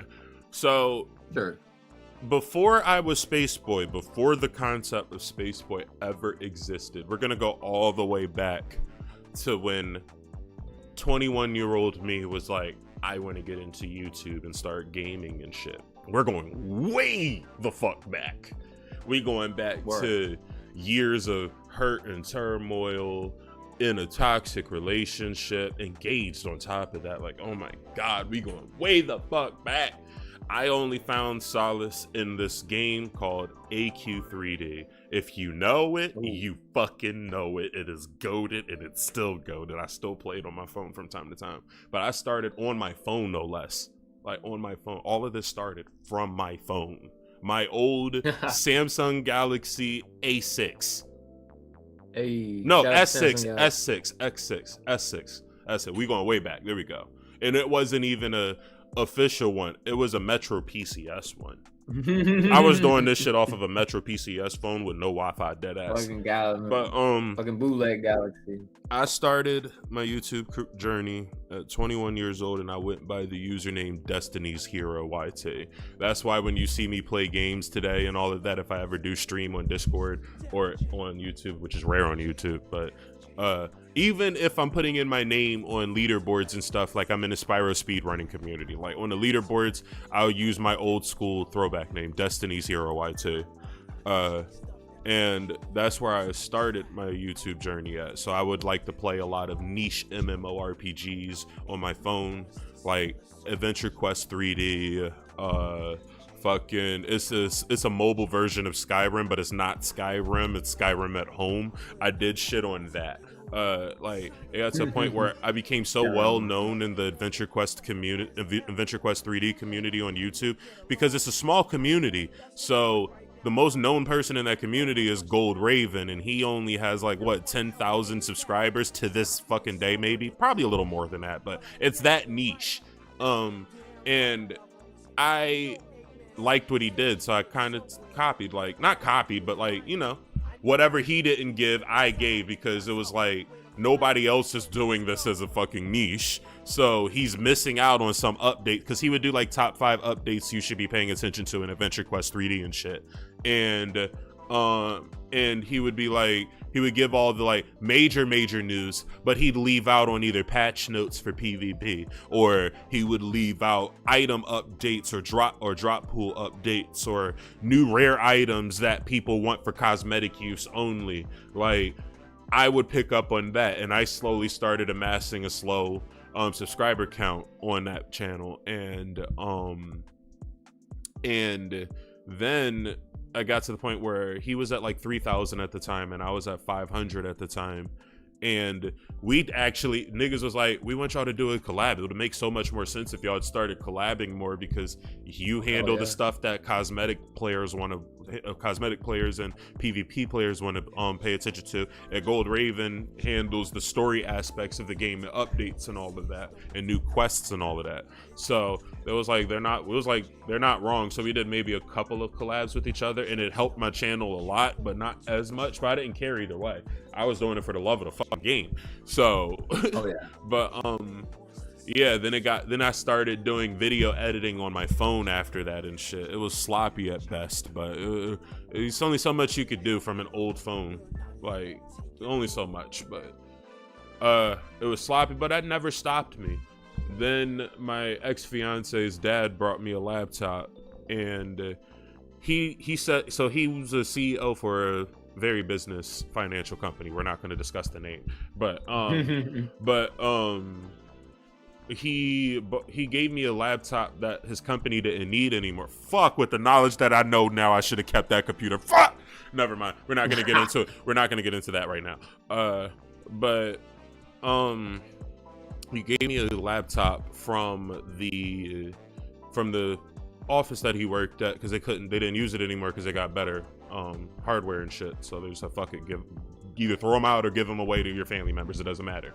So they gave me one, and so he gave me one, and when I opened it, that shit had a new NVIDIA hard drive in it. The screen was replaced with an LED screen. It was a ThinkPad, but it was just like a think tank, if you want to call it that. So huge improvement and level up for my YouTube channel.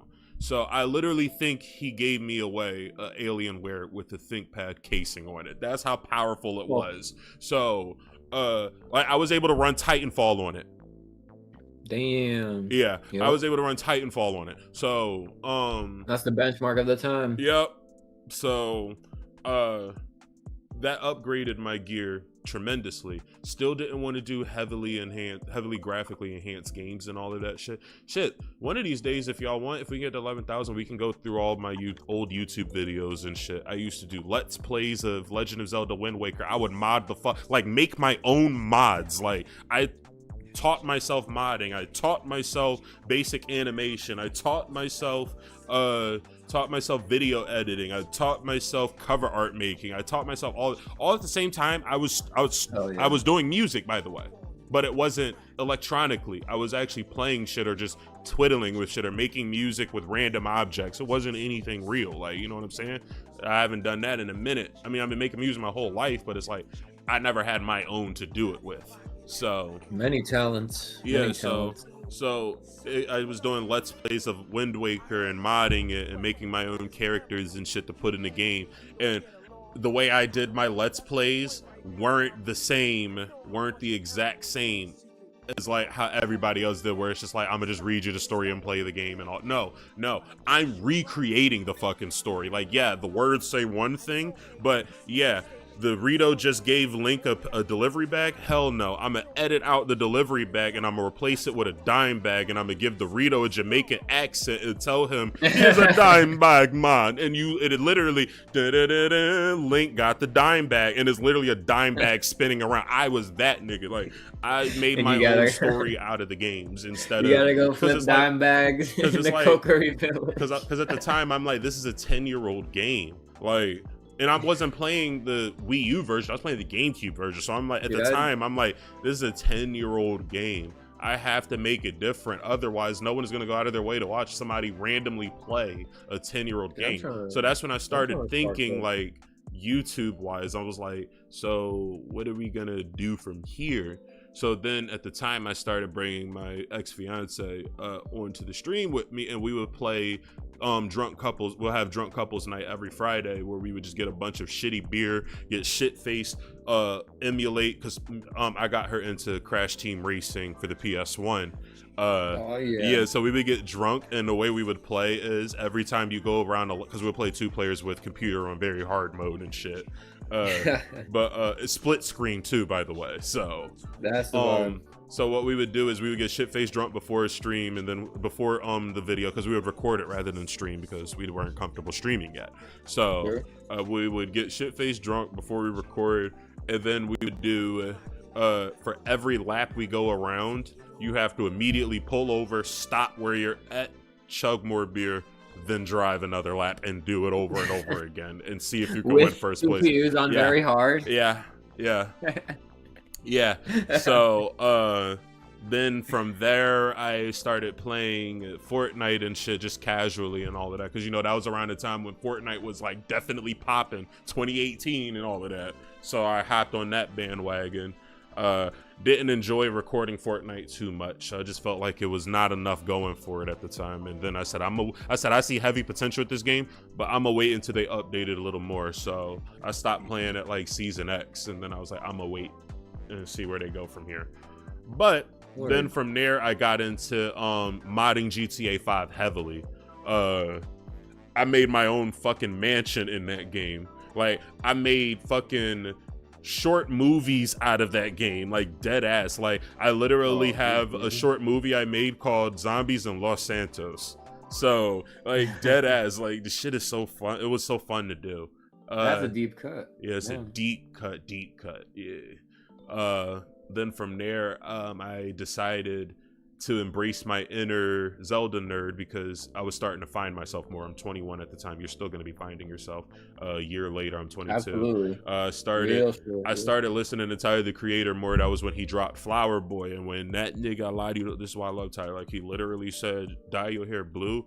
I'll do it too. I lied you the fuck not. I took my dreads, I bleached them, I dyed it blue. That was the very first color I ever fucking dyed my hair. I started being myself more and expressing my sexuality the way I want to, because I knew what I was, but I was closeting it heavily, you know. And it was like, started being myself, started wearing eyeliner, painting my nails, shit. There was days where I would just say, fuck it, put on my ex-fiance's fucking tights or her dress and just walk around the fucking house. Like, I'm not gonna hold you.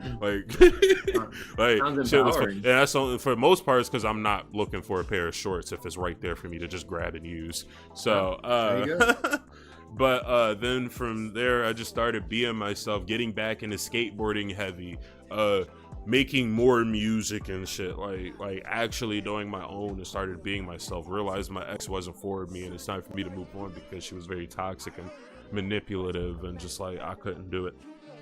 That's wisdom moving on from that. But yeah, so after I left, it was like a turn of a new leaf, you know. And from Destiny's Hero YT, I started doing more Zelda content. So I changed my name to Brave Link, because you know, brave is another word for courage, but there was already a Courageous Link YouTube channel that's well known. So I said, what's another word for courage? Brave. There we go. Brave Link has a better ring. That's what I'm saying. Brave Link. And I made my first intro on Blender for my YouTube channel, and it was good, and it was so cheesy, but it was so good. Like, oh my god.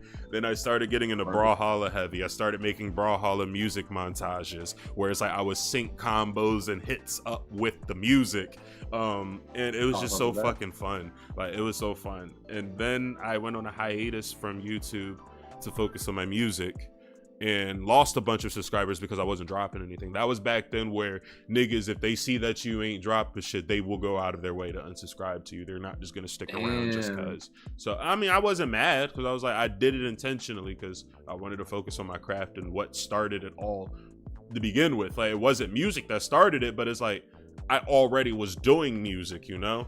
So pursued that, and I said, fuck it, I'm gonna just change my name. And this is where we're getting into the fish tank lore. I said, fuck it, I'm gonna change my name from Brave Link to Steezy Dre, because my name is Dre. So I skateboard a lot, and I like to keep it steezy, you know, like stylish and easy. Like, that's all you gotta do. Yeah, so I changed my name to Steezy Dre, and I started producing under that name. I made one beat and posted it on SoundCloud. Oh, that's a throwback because it's still up to this day. It got 5,000 streams within the first 2 hours out of nowhere. And then I said, that can't be right now. That shit gotta be botted. So I said, fuck, I got another track. Dropped it like an hour later. Lie to you the fuck not. Shit got another 2,000 immediately after. I was like, oh, these niggas is on here heavy. Damn. So at first I only focused on SoundCloud. And then that's when someone told me to start uploading my beats on the YouTube, because that's where a lot of people go for tight beats. So, and I started making not necessarily tight beats. I was making more so like just soulful hip hop, or just like whatever I felt like making, honestly. Whether it was cheesy, corny, crappy, Playboy Cardi-esque, Pierre Bourne, trap house, it doesn't matter. I just made what the fuck I wanted to make at the time. So I started uploading, and then I started getting back into lo-fi heavy. So I started lo-fiing Sonic Unleash's entire OST and dropping it and shit. And then from there, Final Fantasy 13's OST, and then that's when I realized I actually like working with game music more than anything else. So that's when I started leaning more into the game style of production and mixing hip-hop with it, because I was nowhere on DnB yet. We didn't touch that yet. I only listened to it. I never bothered to make it. But this is the roots, like this is root, like seed. We not even at the roots. We are at the seed, like the seed. That's so yeah, so then that's when I met my A1 since day one, Luck. Shout out you, SPG Luck, So Philly Gang, we the mob, you already know. But I had met him through one of my longtime friends. We gonna call him K-Rock. But I met him through one of my longtime friends, and he was like, we was playing chess with each other, me and Luck. We was playing chess with each other after Kenny introduced me to him, and we was playing chess with each other, and we were just going back and forth at it. Like, we had this abandoned little lot. So on our block where I'm from in Philadelphia, there's this little row of homes, and then it's like a whole gap, and then another set of row homes, and that gap is apparently where a house used to be that was knocked down. So what we did was we put a gate up and we cleaned it up, and then we literally made it like a little hideout chill zone area where we could just, you know, chill and be us, because the streets is dangerous. So we don't want to be in public all the time doing what we're doing. We just want to be outside and chilling. So we got ourselves a little tent. We made ourselves a little fire pit. we put some mulch on the ground. We got rid of the weeds and shit, and got rid of the poison ivy. Got all the cats that was stray from over there. Cleaned it up real nice. Put a tarp over the gate so people can't just look in and see what we doing. And we made ourselves a little hideout. We called it a honeycomb hideout. But shout out honeycomb hideout. But yeah, I met him for the first time and we was just playing chess and shit. Luck, I'm talking about, but met him for the first time and we was just playing chess for like a good 3 hours, just going back to back, check, winning, losing, just back to back. And he was like, I like you, nigga, like you crafty with this shit. I said, yeah. And then that's why I said, give me a second. Let me make a beat real quick. We've been at this shit for 3 hours. I got some ideas. He said, oh, you make music? I said, yeah, I produced a little bit, like as far as like beats and stuff. I don't rap or anything. He was like, oh, I rap. I be hanging with a group of niggas called SVG and all of that. Like we rap and all of that. And just like, yeah, like we should definitely connect on that. I'm like, bet. He was like, let me hear some of your beats. So I played him some of my beats. He was like, damn, this is the type of shit I rap on to the T. So he started freestyling. The next thing you know, I started feeling his little wave on how he freestyling, and this became our very first song, by the way. It's still up to this day. Like he started freestyling, and then that's when I was feeling the flow and shit, and I just out of nowhere started no, mind you, I don't rap. I'm just very poetic. So I just start flowing off of what he said, and just it became a whole freestyle song. He was like, nigga, you ain't say you can rap. I said I didn't because I don't rap. Like I write poetry, that's it. I can catch a flow. I make music. So he was like, yeah, nah, we gotta make a song together. And then after that, like a whole week later, I met his homeboys, first time in an actual professional music studio that's like not on someone else's behalf. Like I'm actually there working in a music studio type shit, you know.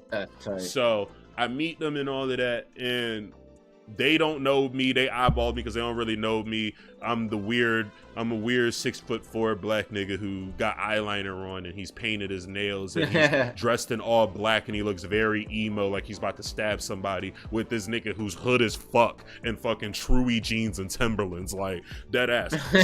So they eyeballing me weird, and then that's when I introduced myself and they dapped me up. They didn't really say much at first. But then that's when Luck was like, told the engineer, like, you got the song booted up? He said, yeah. He was like, all right, you up, bruh. So we went in that joint. And I went in that joint and he was like, you ready? I was nervous as fuck, but I'm like, it's too many niggas in here for me to be a bitch about it. So the minute it dropped, it was my time to rap, I went in that shit. Like, I was going hard. I can hear niggas like, damn, where the fuck you find this nigga? This nigga hard as fuck. Like, yo, like, who the fuck is this nigga? He hard. I'm still nervous as fuck. Still going. Like, listening back on it, you can hear the nerves in my voice. I'm not gonna hold you. Like, no, this is Steezy Dre at this point. No, but I mean, being brave, courage. You're being. I mean, at the time I did just get my Triforce tattoo in my hand, so yeah, I have to be brave, Link, you know. So, but yeah. So then after that started my rap career for a little bit. Steezy Dre went from producing to rapping. Like, yeah, I would still produce my own beats and produce for the guys and all of that, but I told them, I'm like, if I'm going to be a producer and a rapper in the group, y'all really have to take my advice because I'm doing like 90% of the work for real. Producing, mixing, engineering, all of that shit I'm doing myself. So I didn't trust nobody. Even the engineer at the studio, I didn't trust him to do my vocals. Like, I'm sorry. I know how I sound and I know how I want to sound. I do not need you telling me how I need to sound. So, and I was right about that, or else I wouldn't be where I am today. But, yeah, so after that, a good 6 or 7 months go by. I meet my previous ex. Like, I'm gonna call her my most recent ex because the one after her, we don't count her and we don't talk about her. But my most previous ex, I met her. She's the person who made the voice tag and shit. Space Boy made it. Her. Yeah, that's her. That was awesome. Damn. I told you, we're going to go way back. We're going to get to the lore, the pain, the struggles, the happiness, all of it. Word. So I met her, and it's like she genuinely liked my voice and my music. So she kind of, pushed me to pursue my melodic side of hip hop a lot more. And that started going great. yeah, she believed in the vision. She put money to the vision. Fuck. Like, there was times where a nigga was down bad and I said, look, it's $200 to get in the studio. I ain't got no money. I didn't ask her or nothing. She just heard me talking to my niggas about the shit, and she'd be like, oh, it's 200 to get in? All right, cool, here, take this 200. I'm like, hey, you can't just do that, bro. She was like, I'm supporting my man's future career. Like, I know you're gonna go places because I can see it. And it's like, I believe in you. So she was like my rock throughout majority of my music career. And then it got to the point where I started feeling like my raps were becoming repetitive. So I talked to her about it and I was like, I kind of want to stop rapping, but not music. I just want to, you know, just create music. I don't necessarily want to, you know, like rap or anything. I just want to create music. So she was like, I can understand that. And if that's something that you want to do, I'm always going to support that no matter what. So I fell back off of rapping. And then that's when I still went by Steezy Dre for a little bit, producing wise. But I dropped like maybe 2 more tracks after the Steezy Dre persona retired. Or we're going to say retired air quotes because the gag within the SPG group, is because I was like, they be like, yo, Steez, we need you on the track. I'm like, nah, Steezy Dre dead. I done buried him. They was like, nigga, dig that nigga the fuck back up and tell him to get on his fucking microphone because you say this shit at least 2 times a week and then here you go back to rapping. I said, look, it's not my fault. I can't leave a microphone alone, bruh. Like, it was like, nah, nigga. So for like a good year, the gag was Steezy Dre is dead, but I wasn't really dropping anything except beats. Then that's when Luck got me on a track for the final time. I'm trying to remember what the fuck we called it. It was on my 4-track mixtape. It was called the Steez Tape Volume 1. There we go. It has me on the cover art doing a kickflip.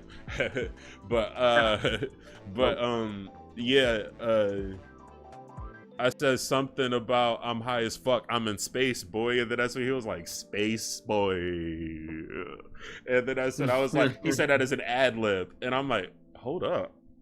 My vibe is very cosmic. Wait a minute. So technically speaking, if it wasn't for Luck, Space Boy really would not have been born. So it was at that point, and then I also was listening to a lot of MF Doom at the time too. So I'm like, what if I literally do make Steezy Dre dead, but I don't say nothing on it this time? So what I did was I went heavy on the Steezy Dre promotion and shit on my Instagram. I went from 500 followers on Instagram to 12-point-something K followers on Instagram on my Steezy Dre account. And I did like major video edits, hyped up a whole 24 I mean, granted, that album was fucked up by other people as well, but it was mostly on me for even allowing it, so I'm gonna take the L. But we're not gonna get into the SPG fall off that happened where we all broke up and, like, you know, wasn't a group no more, but we made our way back. We made our way back already. We good now. We good. But yeah, so I was hyping everybody up for a 24-track album that niggas was hyped for. I still have all of the tracks and everything, to the visuals, all of that, music videos. I still have it to this day on this laptop. Just never gonna drop it. But yeah, so I hyped it up, had visuals, reels, all of that shit. Amassed a big following who was hyped for it. I even at one point set up a show for the opening disc drop, sold tickets. Then 2 weeks later, 2 weeks before everything dropped, I cut off the drop, silently said nothing. The 2 days after that, refunded everyone their tickets to the concert, said nothing. After that, I took down 90% of Steezy Dre's music silently, said nothing. Damn. Steezy Dre was slowly dying, and it was all part of the plan. So, mind you, this is all off of a single ad lib. So then that's when I altogether just stopped being active on my Instagram. I'm still on it. I still be active. I don't talk to nobody. I don't even message any of my old friends on there. Like, I had to text them personally to say, don't even message this no more. So, like, I literally intentionally built a fan base following and killed that career right there. And then left it with the hashtag Steezy is dead. And then 2 weeks later, some random channel named Space Boy, originally it was spelled with BWOY, But then Oh. apparently there's a Swedish Alright, there's ancient. a Swedish artist in Switzerland with that name already that's always confused with me. We're not gonna get into that. We ain't gonna get into that. But so I Oh yeah, changed that's it. the fucking AI search thing. Yeah. So yeah. But my girl at the time was like, same girl by the way. She made the tag for me, and I'm like, I like it, but it just sounds like you put an I at the end of that. And she was like, well, I ain't doing it again. I'm laughing at that point. So I just changed it from a Y to an I, but it was too late at that point because the email is a Y. I can't change that. So that's the gag. But yeah, so after that, I dropped my first little beat, and it was very cosmic and wavy. Now we are at the birth of Spaceboy. It was very cosmic and wavy. It had direction, but it didn't necessarily have direction, you know? So it's like, where is this whole persona gonna go?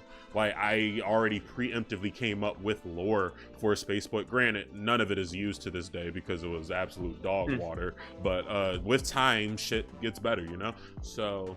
You introduce the lore when it feels right. Yep. So like the ship, the helix and all that. So the way I promoted my tight beats, because I know niggas was gonna fuck with it because they fucked with Steezy Dre's beats, and Steezy Dre, you know, is Spaceboy. So what I did was every time Spaceboy posted a beat, I would go on Steezy's page and say, "Hacked, listen to this." You know, just to tell Steezy's fans if they interested, come check this out type shit. So I had then went and wrote in the description of like my first 10 beats as I was dropping them. I was like, if you guys enjoy this, like every time I drop a beat, because it was like my first beat on that channel, I was like, for every beat I drop, I'll give you guys a small detail about the lore of who I am, because I was really mysterious with it, like dead ass. Like I would name the tracks like the journey of what Spaceboy saw on his way to Earth. So first track, Cosmic. I'm seeing nothing but cosmic energy everywhere. I'm in between realities on my way to Earth. There's just this one sound, and that's the beat itself. I'm following it to Earth. Where the fuck is it coming from? I have to know. Like, I love music. I have to know where this is coming from. So, and then I would end the beat early, just as like a little tail off for the most part. And then niggas would be like, this is a cool beat. Can I rap on this? Niggas started rapping on it. I'm like, all right, cool, bet. Move on to the next beat. Around this time, this is where I met Practical. I don't know if you know Practical, but definitely a legend in the wave scene. Like, shout out Practical, T-Dub-C. Yeah, you already know, like T-Dub-C. I just know him from like your early videos. Is always like collab with Practical, featuring Practical. Stuff like that. Me and him had the same sound, and it's like we kind of just like pushed back and forth with each other with the shit, and it's like we just had that same vibe. Then that's how I met Practical. We're getting to the birth of the Wave Council era now. Okay. But yeah, damn, this stream went from music to just straight lore and just vibes. Like, fuck it. But yeah, so then me and Practical, we started working together a lot more. I don't know if you know who the British underground rapper who recently retired from it, but his name's DXVL. He's a really cool, chill fucking guy. Really cool, chill fucking guy. He had his own little scene in London and all of that. So, a really cool fucking guy. Practical got to work with him, and then Practical deadass hit DXVL up after their little collab, because he also made beats as well as rapped. But not Practical, DXVL is who I'm saying. That's why I saw a lot of DXVL type beats and all of that. He was an up and coming rapper in London, and said, fuck this, I don't want to do it no more. But he made a beat with Practical, and Practical put in a good word for me, and I commented on the video after Practical dropped it. I'm like, so when we gonna work next, D? And he was like, bet, send me some melodies. So I got to work with a pretty well-known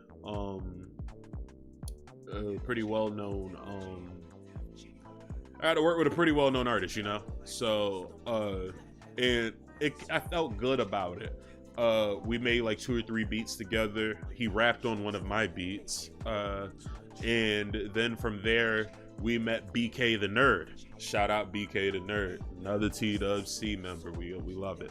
So, good night, Clax. Fucks with you later. Hope you have a good rest. But, yeah, so then I met BK the Nerd, and we started working. Chill ass nigga, by the way, South African nigga, cool as fuck. Makes like the most weirdest, dreamiest, like jerk style trap beats. He's been developing his own style of music as of lately. He's calling it elegance.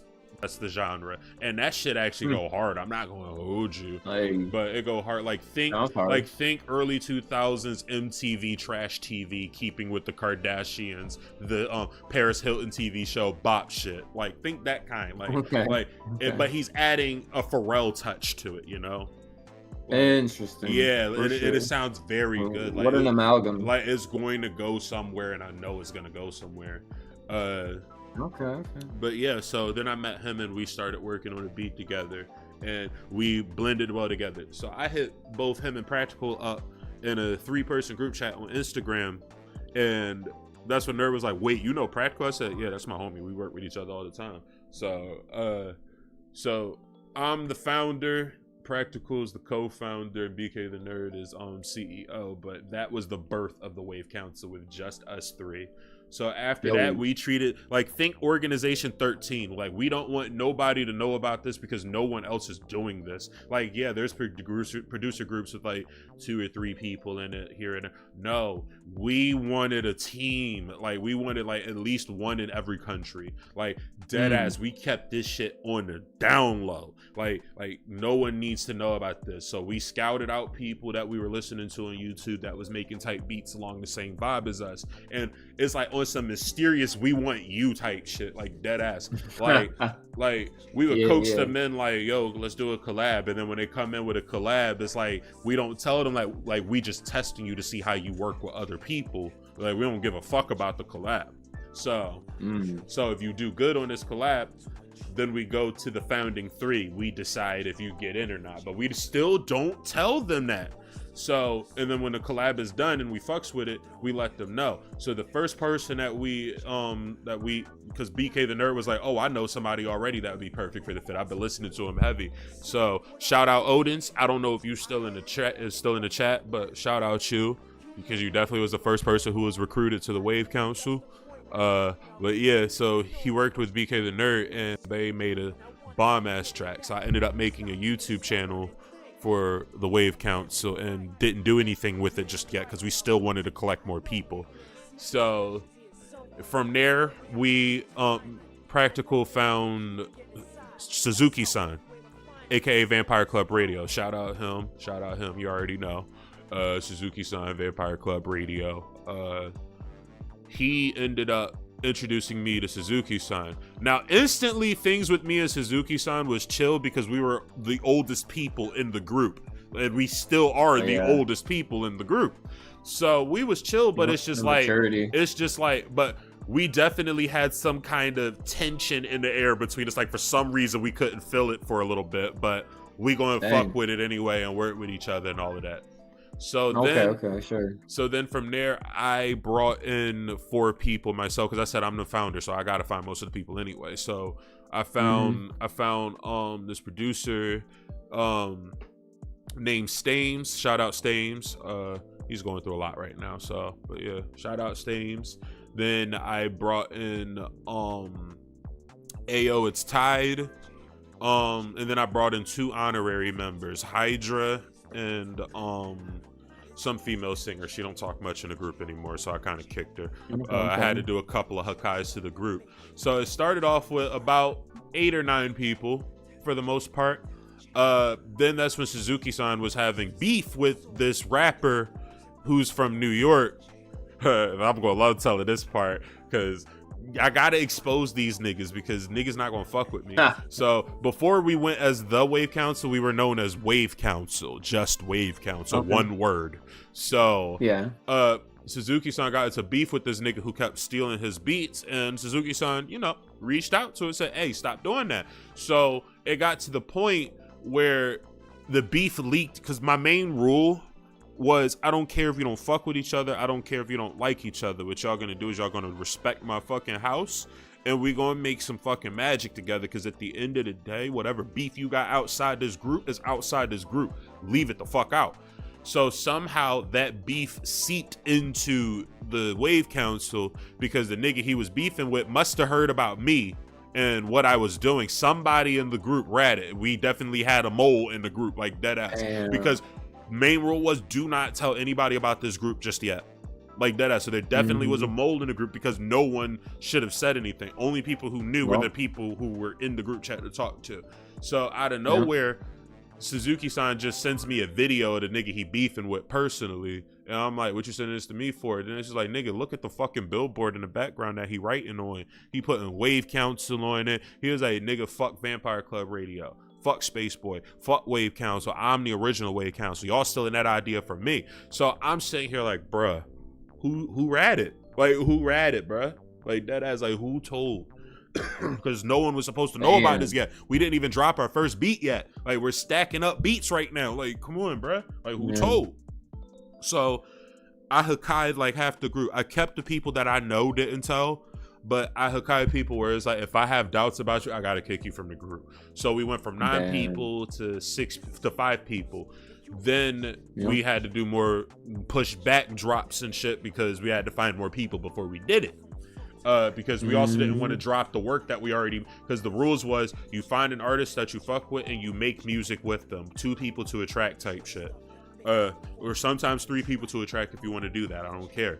But it got to the point where the beef kept going and I reached out to the nigga. I'm like, hey man, I came respectfully, even though he was being disrespectful to me. I was like, hey man, like I don't really know who you are. Like I've never spoke to you a day in my life, but why I gotta be fuck me? Like I got nothing to do with you and what you and Suzuki got going on. So I kindly appreciate if you know, take my name off your shit and take my group name off your shit because now you're fucking with mine and I don't appreciate that. Yeah. So he was like, nigga, fuck you and your group. I'm Wave Council. Fuck Vampire Club Radio. Fuck you too, nigga. I'm like, all right, bet.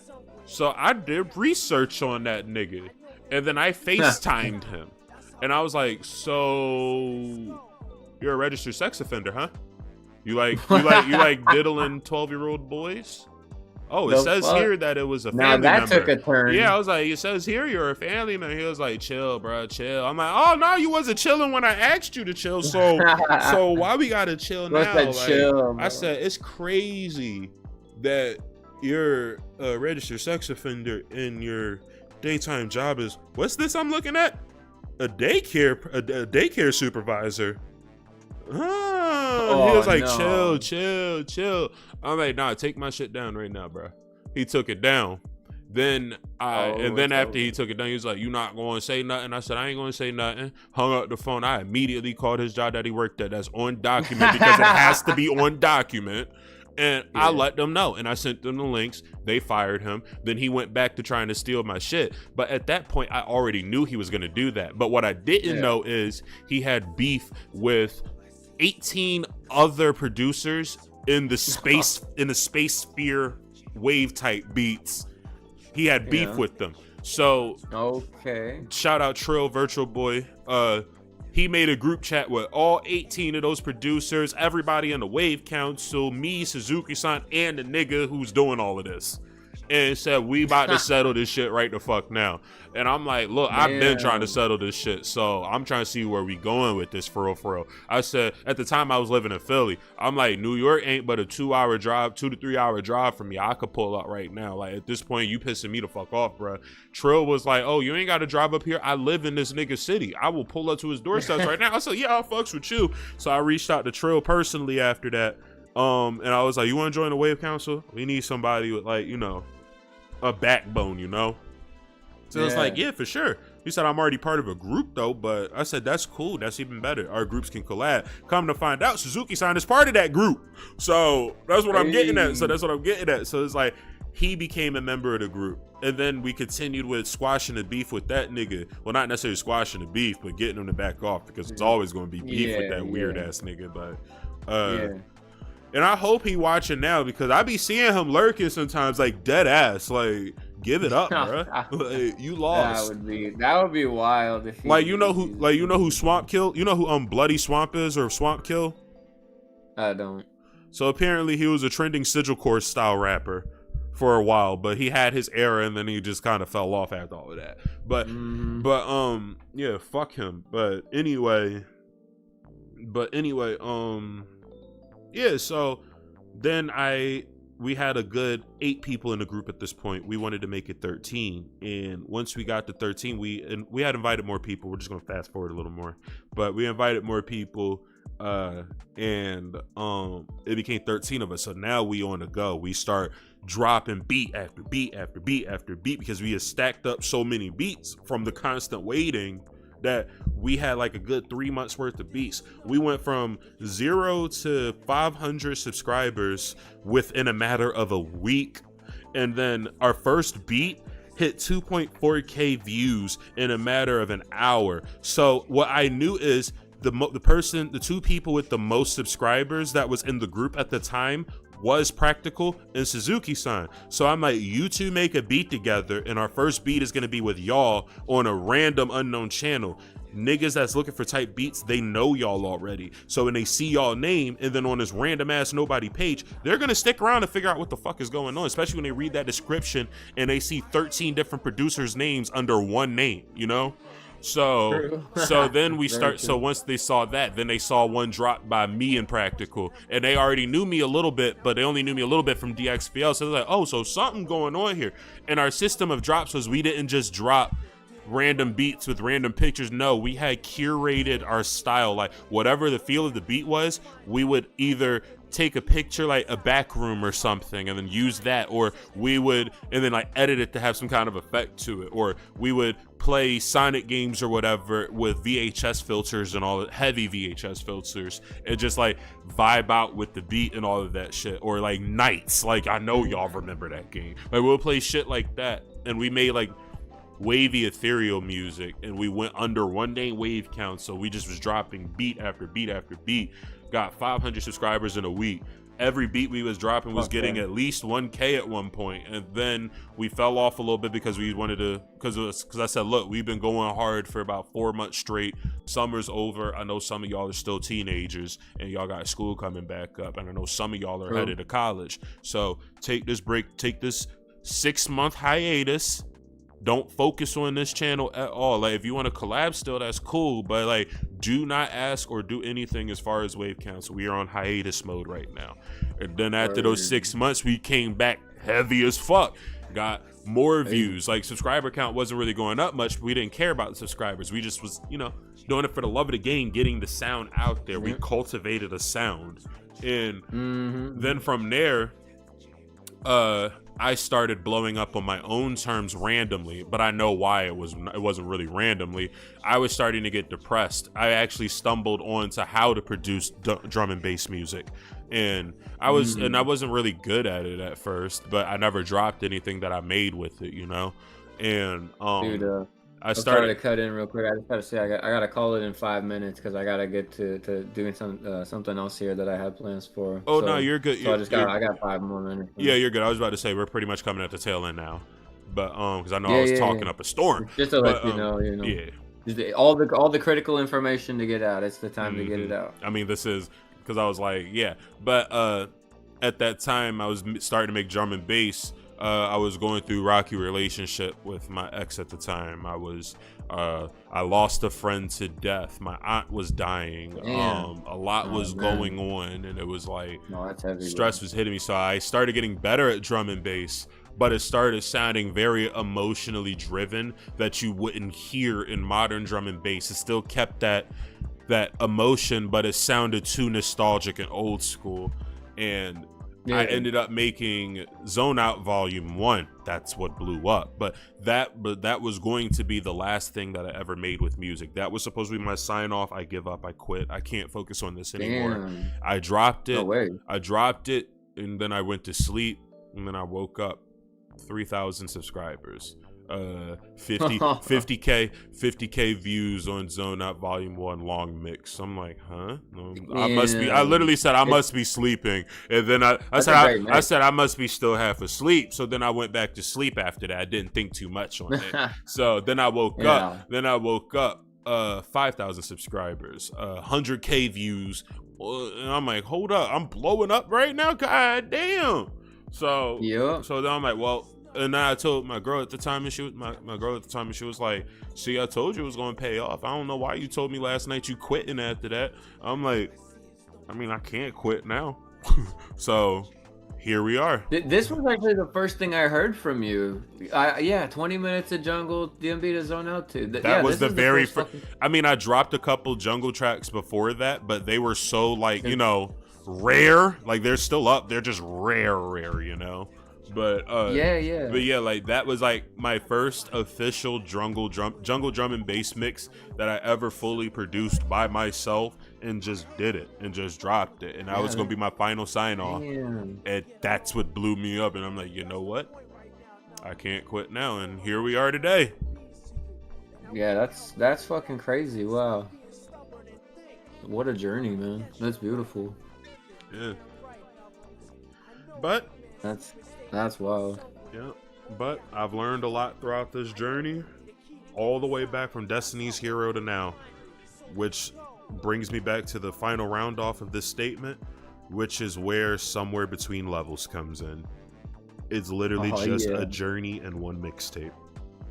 A short journey and a mixtape, and just what I've seen, what I've gone through, how I've grown, the weirdness, the funkiness, the vibes, the negativity, the positivity, like everything about it is just a journey. So yeah, and the journey's not over. We're just gonna keep it pushing, including this Sunday. If you tune in to Funky Uncle FM, you'll hear we got a block. We're gonna ascend to Kepler for an hour.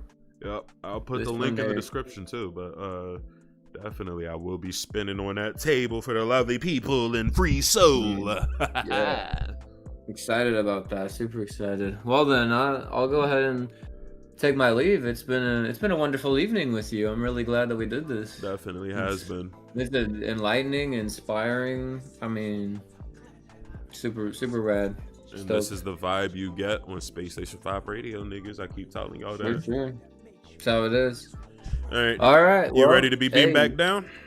Yeah, and please, I won't have tentacles growing out of me in a week, right? No, you're good. Okay. Sure about that? In that case, hit me with the beam. All right, peace. All right. But all right, yeah. Don't think stream's over for a second, because it's not. Definitely about to start playing some more music for y'all and shit. But yeah, that was an interview with Yoshi, aka Captain Flippy 64. Big shout out him. In a second, I'll be putting his YouTube information and stuff in the Free Soul community Discord stuff, as well as my own server stuff, in the description for you guys, so you guys can have access to that and join, as well as the link for Funky Uncle FM, so you can hear me spinning on the table come Sunday. But yeah, more info on that later, but we're gonna go ahead and get back to the vibes. My name is Space Boy. You probably won't hear anything else from me for the rest of the night, maybe. My voice is rasping. I got the hiccups crazy. So yeah, the Space Station 5 Radio. Let's get back to the vibes.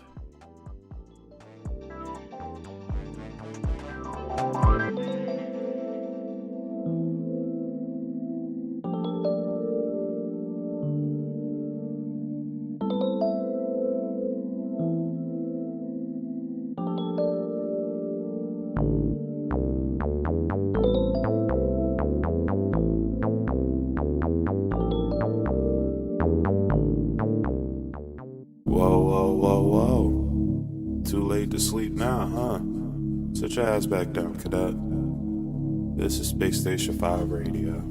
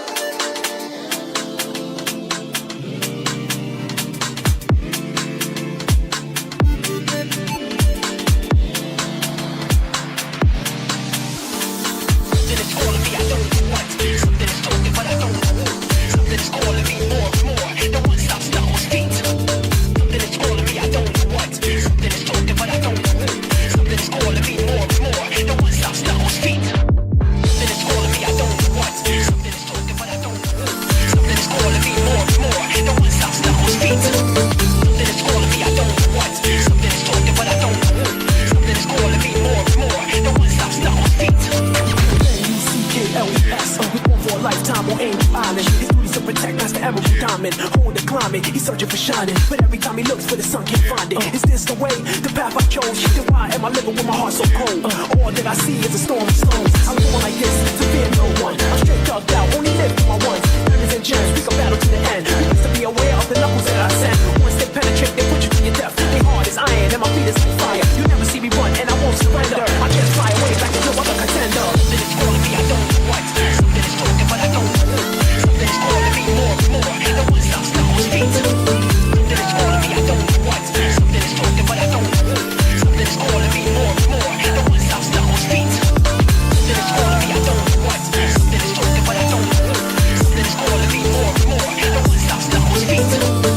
is calling me, I don't know what. Something is talking, but I don't know.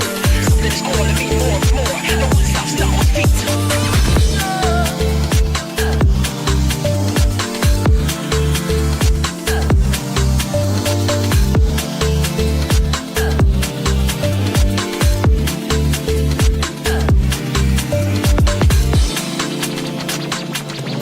is calling me, I don't know what. Something is talking, but I don't know. Something is calling me more and more. No one stops now on feet.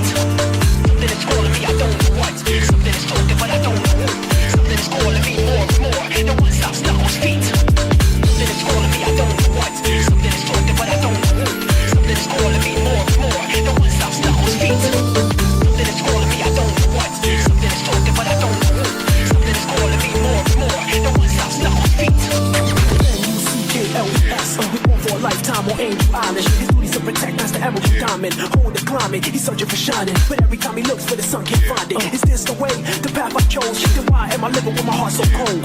All that I see is a storm of stones. I'm born like this to fear no one. I'm straight thugged out, only live for my ones. Diamonds and gems, we can battle to the end. We used to be aware of the knuckles that I send. Once they penetrate, they put you to your death. They hard as iron and my feet is like fire. You never see me run and I won't surrender. I just fly away like no other contender. Something is calling me, I don't know what. Something is talking, but I don't know. Something is calling me more and more. No one stops now on feet. Something is calling me, I don't know what. Something is talking, but I don't know. Something is calling me more and more. No one stops now on feet. Something is calling me, I don't know what. Something is talking, but I don't know. Something is calling me more and more. No one stops now on feet. Something is calling me, I don't know what. Something is talking, but I don't know. Something is calling me more and more. No one stops now on feet.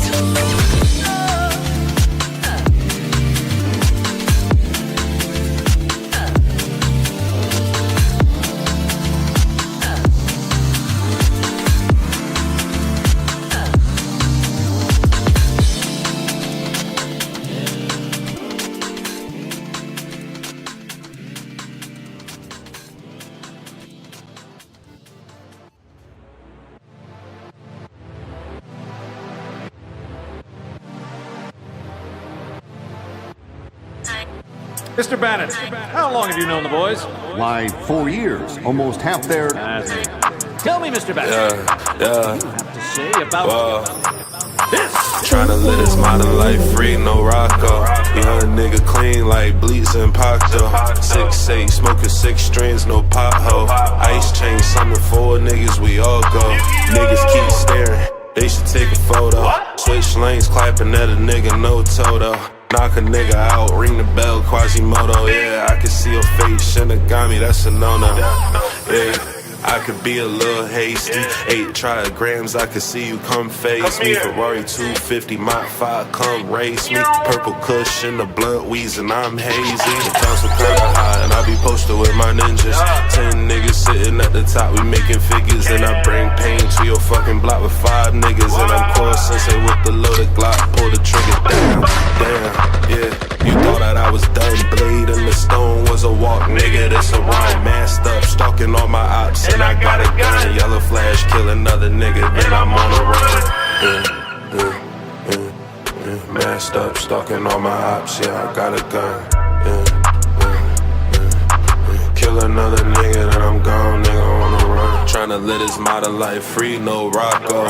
Young nigga clean like Bleach and Pacto. 6'8", smoking 6 strands, no pothole. Ice chain, something for niggas, we all go. Niggas keep staring, they should take a photo. niggas clapping at a nigga, no Toto. Knock a nigga out, ring the bell, Quasimodo. Man, I can see a fate, shouldn't have got me, that's a no-no, yeah. Wow, damn.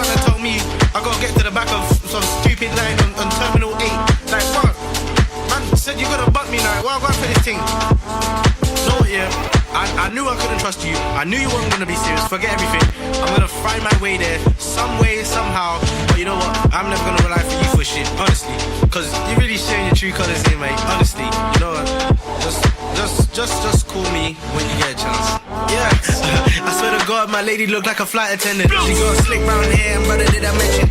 Sweet ass deals for all the flags I'm getting. High blood pressure, the way her ass, fuck it. Zeno Vinci, the architect. I've got blacker plans for backup plans for shit ain't even started yet. You see, the only fear is losing time. So I'll be calmer if the rollie in the shop was mine. She said, Zeno, but your gas when your head's getting bigger. Well, my head's already big. What you expect from a nigga shit? I'd have to boost my ego. Oh, you're a chocolate darling, but that's just my cup of tea, though. My confidence is lethal. I need to sync muse with my music. My mood swings quicker than the hues in my mood ring and nuisance. Running from me and getting nuisance. I should be charging you 50,062 pence.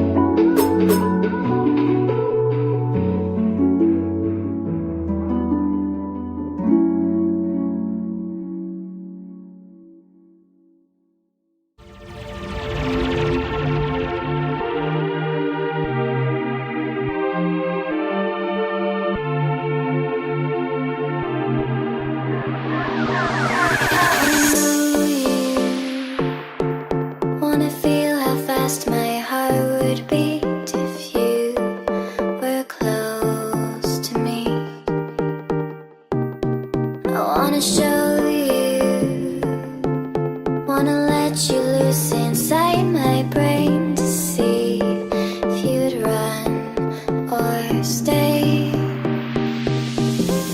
I can't seem to look away. I'm hypnotized by you. I can't seem to look away. I'm hypnotized by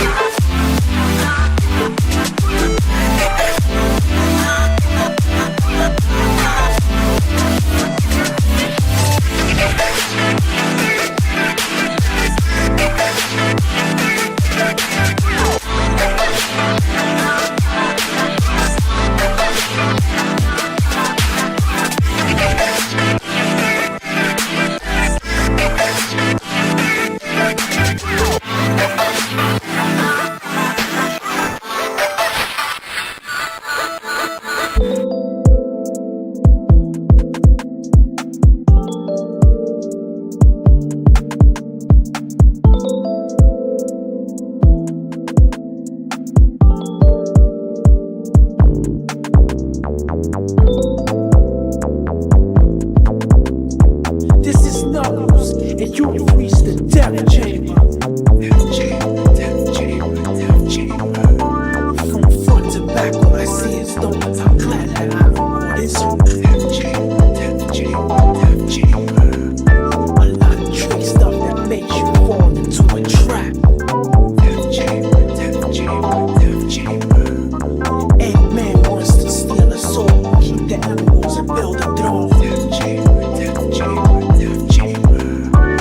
Not if I can help at all, I will not let him take it over. Sonic, what are you doing here? I heard you on the quest for the Master Emerald.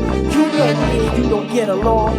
I don't think that's the point right now, Knuckles. I know how much the emerald means to you, and I want to help get it back. Stop being stubborn and think.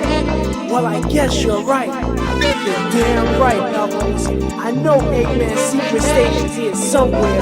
All we have to do is find it. I know he'll need a key to get inside. That's our only way to find it. So let's go.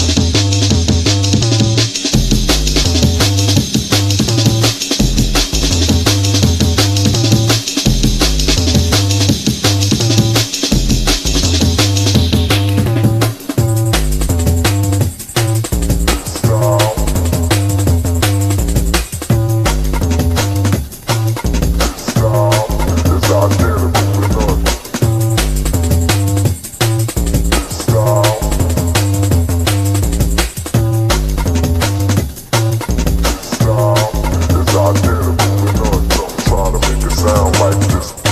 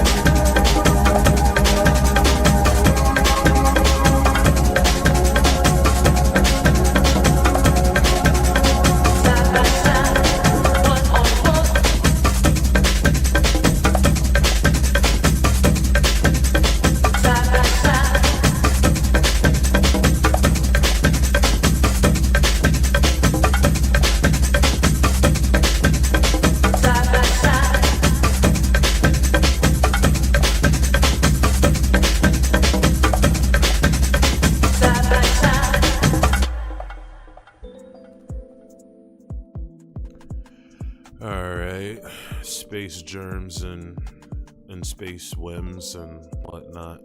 But yeah, that's gonna about do it for tonight's installment of Space Station 5 Radio. I do work tomorrow till close, so I might not stream tomorrow. Really depends on how I feel. But definitely going to be streaming Sunday. I will be spinning the deck with Funky Uncle FM at 4 p.m. Eastern Time. I'll also be posting the time and stuff on a post on YouTube, as well as the little flyers and shit. But yeah, so stay tuned for that on Sunday. We'll be spinning live in the Free Soul community, so let's show up and show some support for, you know, our fellow community members and shit. I won't be the only DJ spinning as well, so there'll be like 4 of us if I'm not mistaken. But yeah, come slide through on Sunday, come check it out. But yeah, that's about it. I'm gonna sign off. This is Space Station 5 Radio. You have a great night. Damn right, Elbows. I know 8-man secret stations here somewhere. All we have to do is find them. I know them need a key to get inside. That's our only way to find it. So let's go.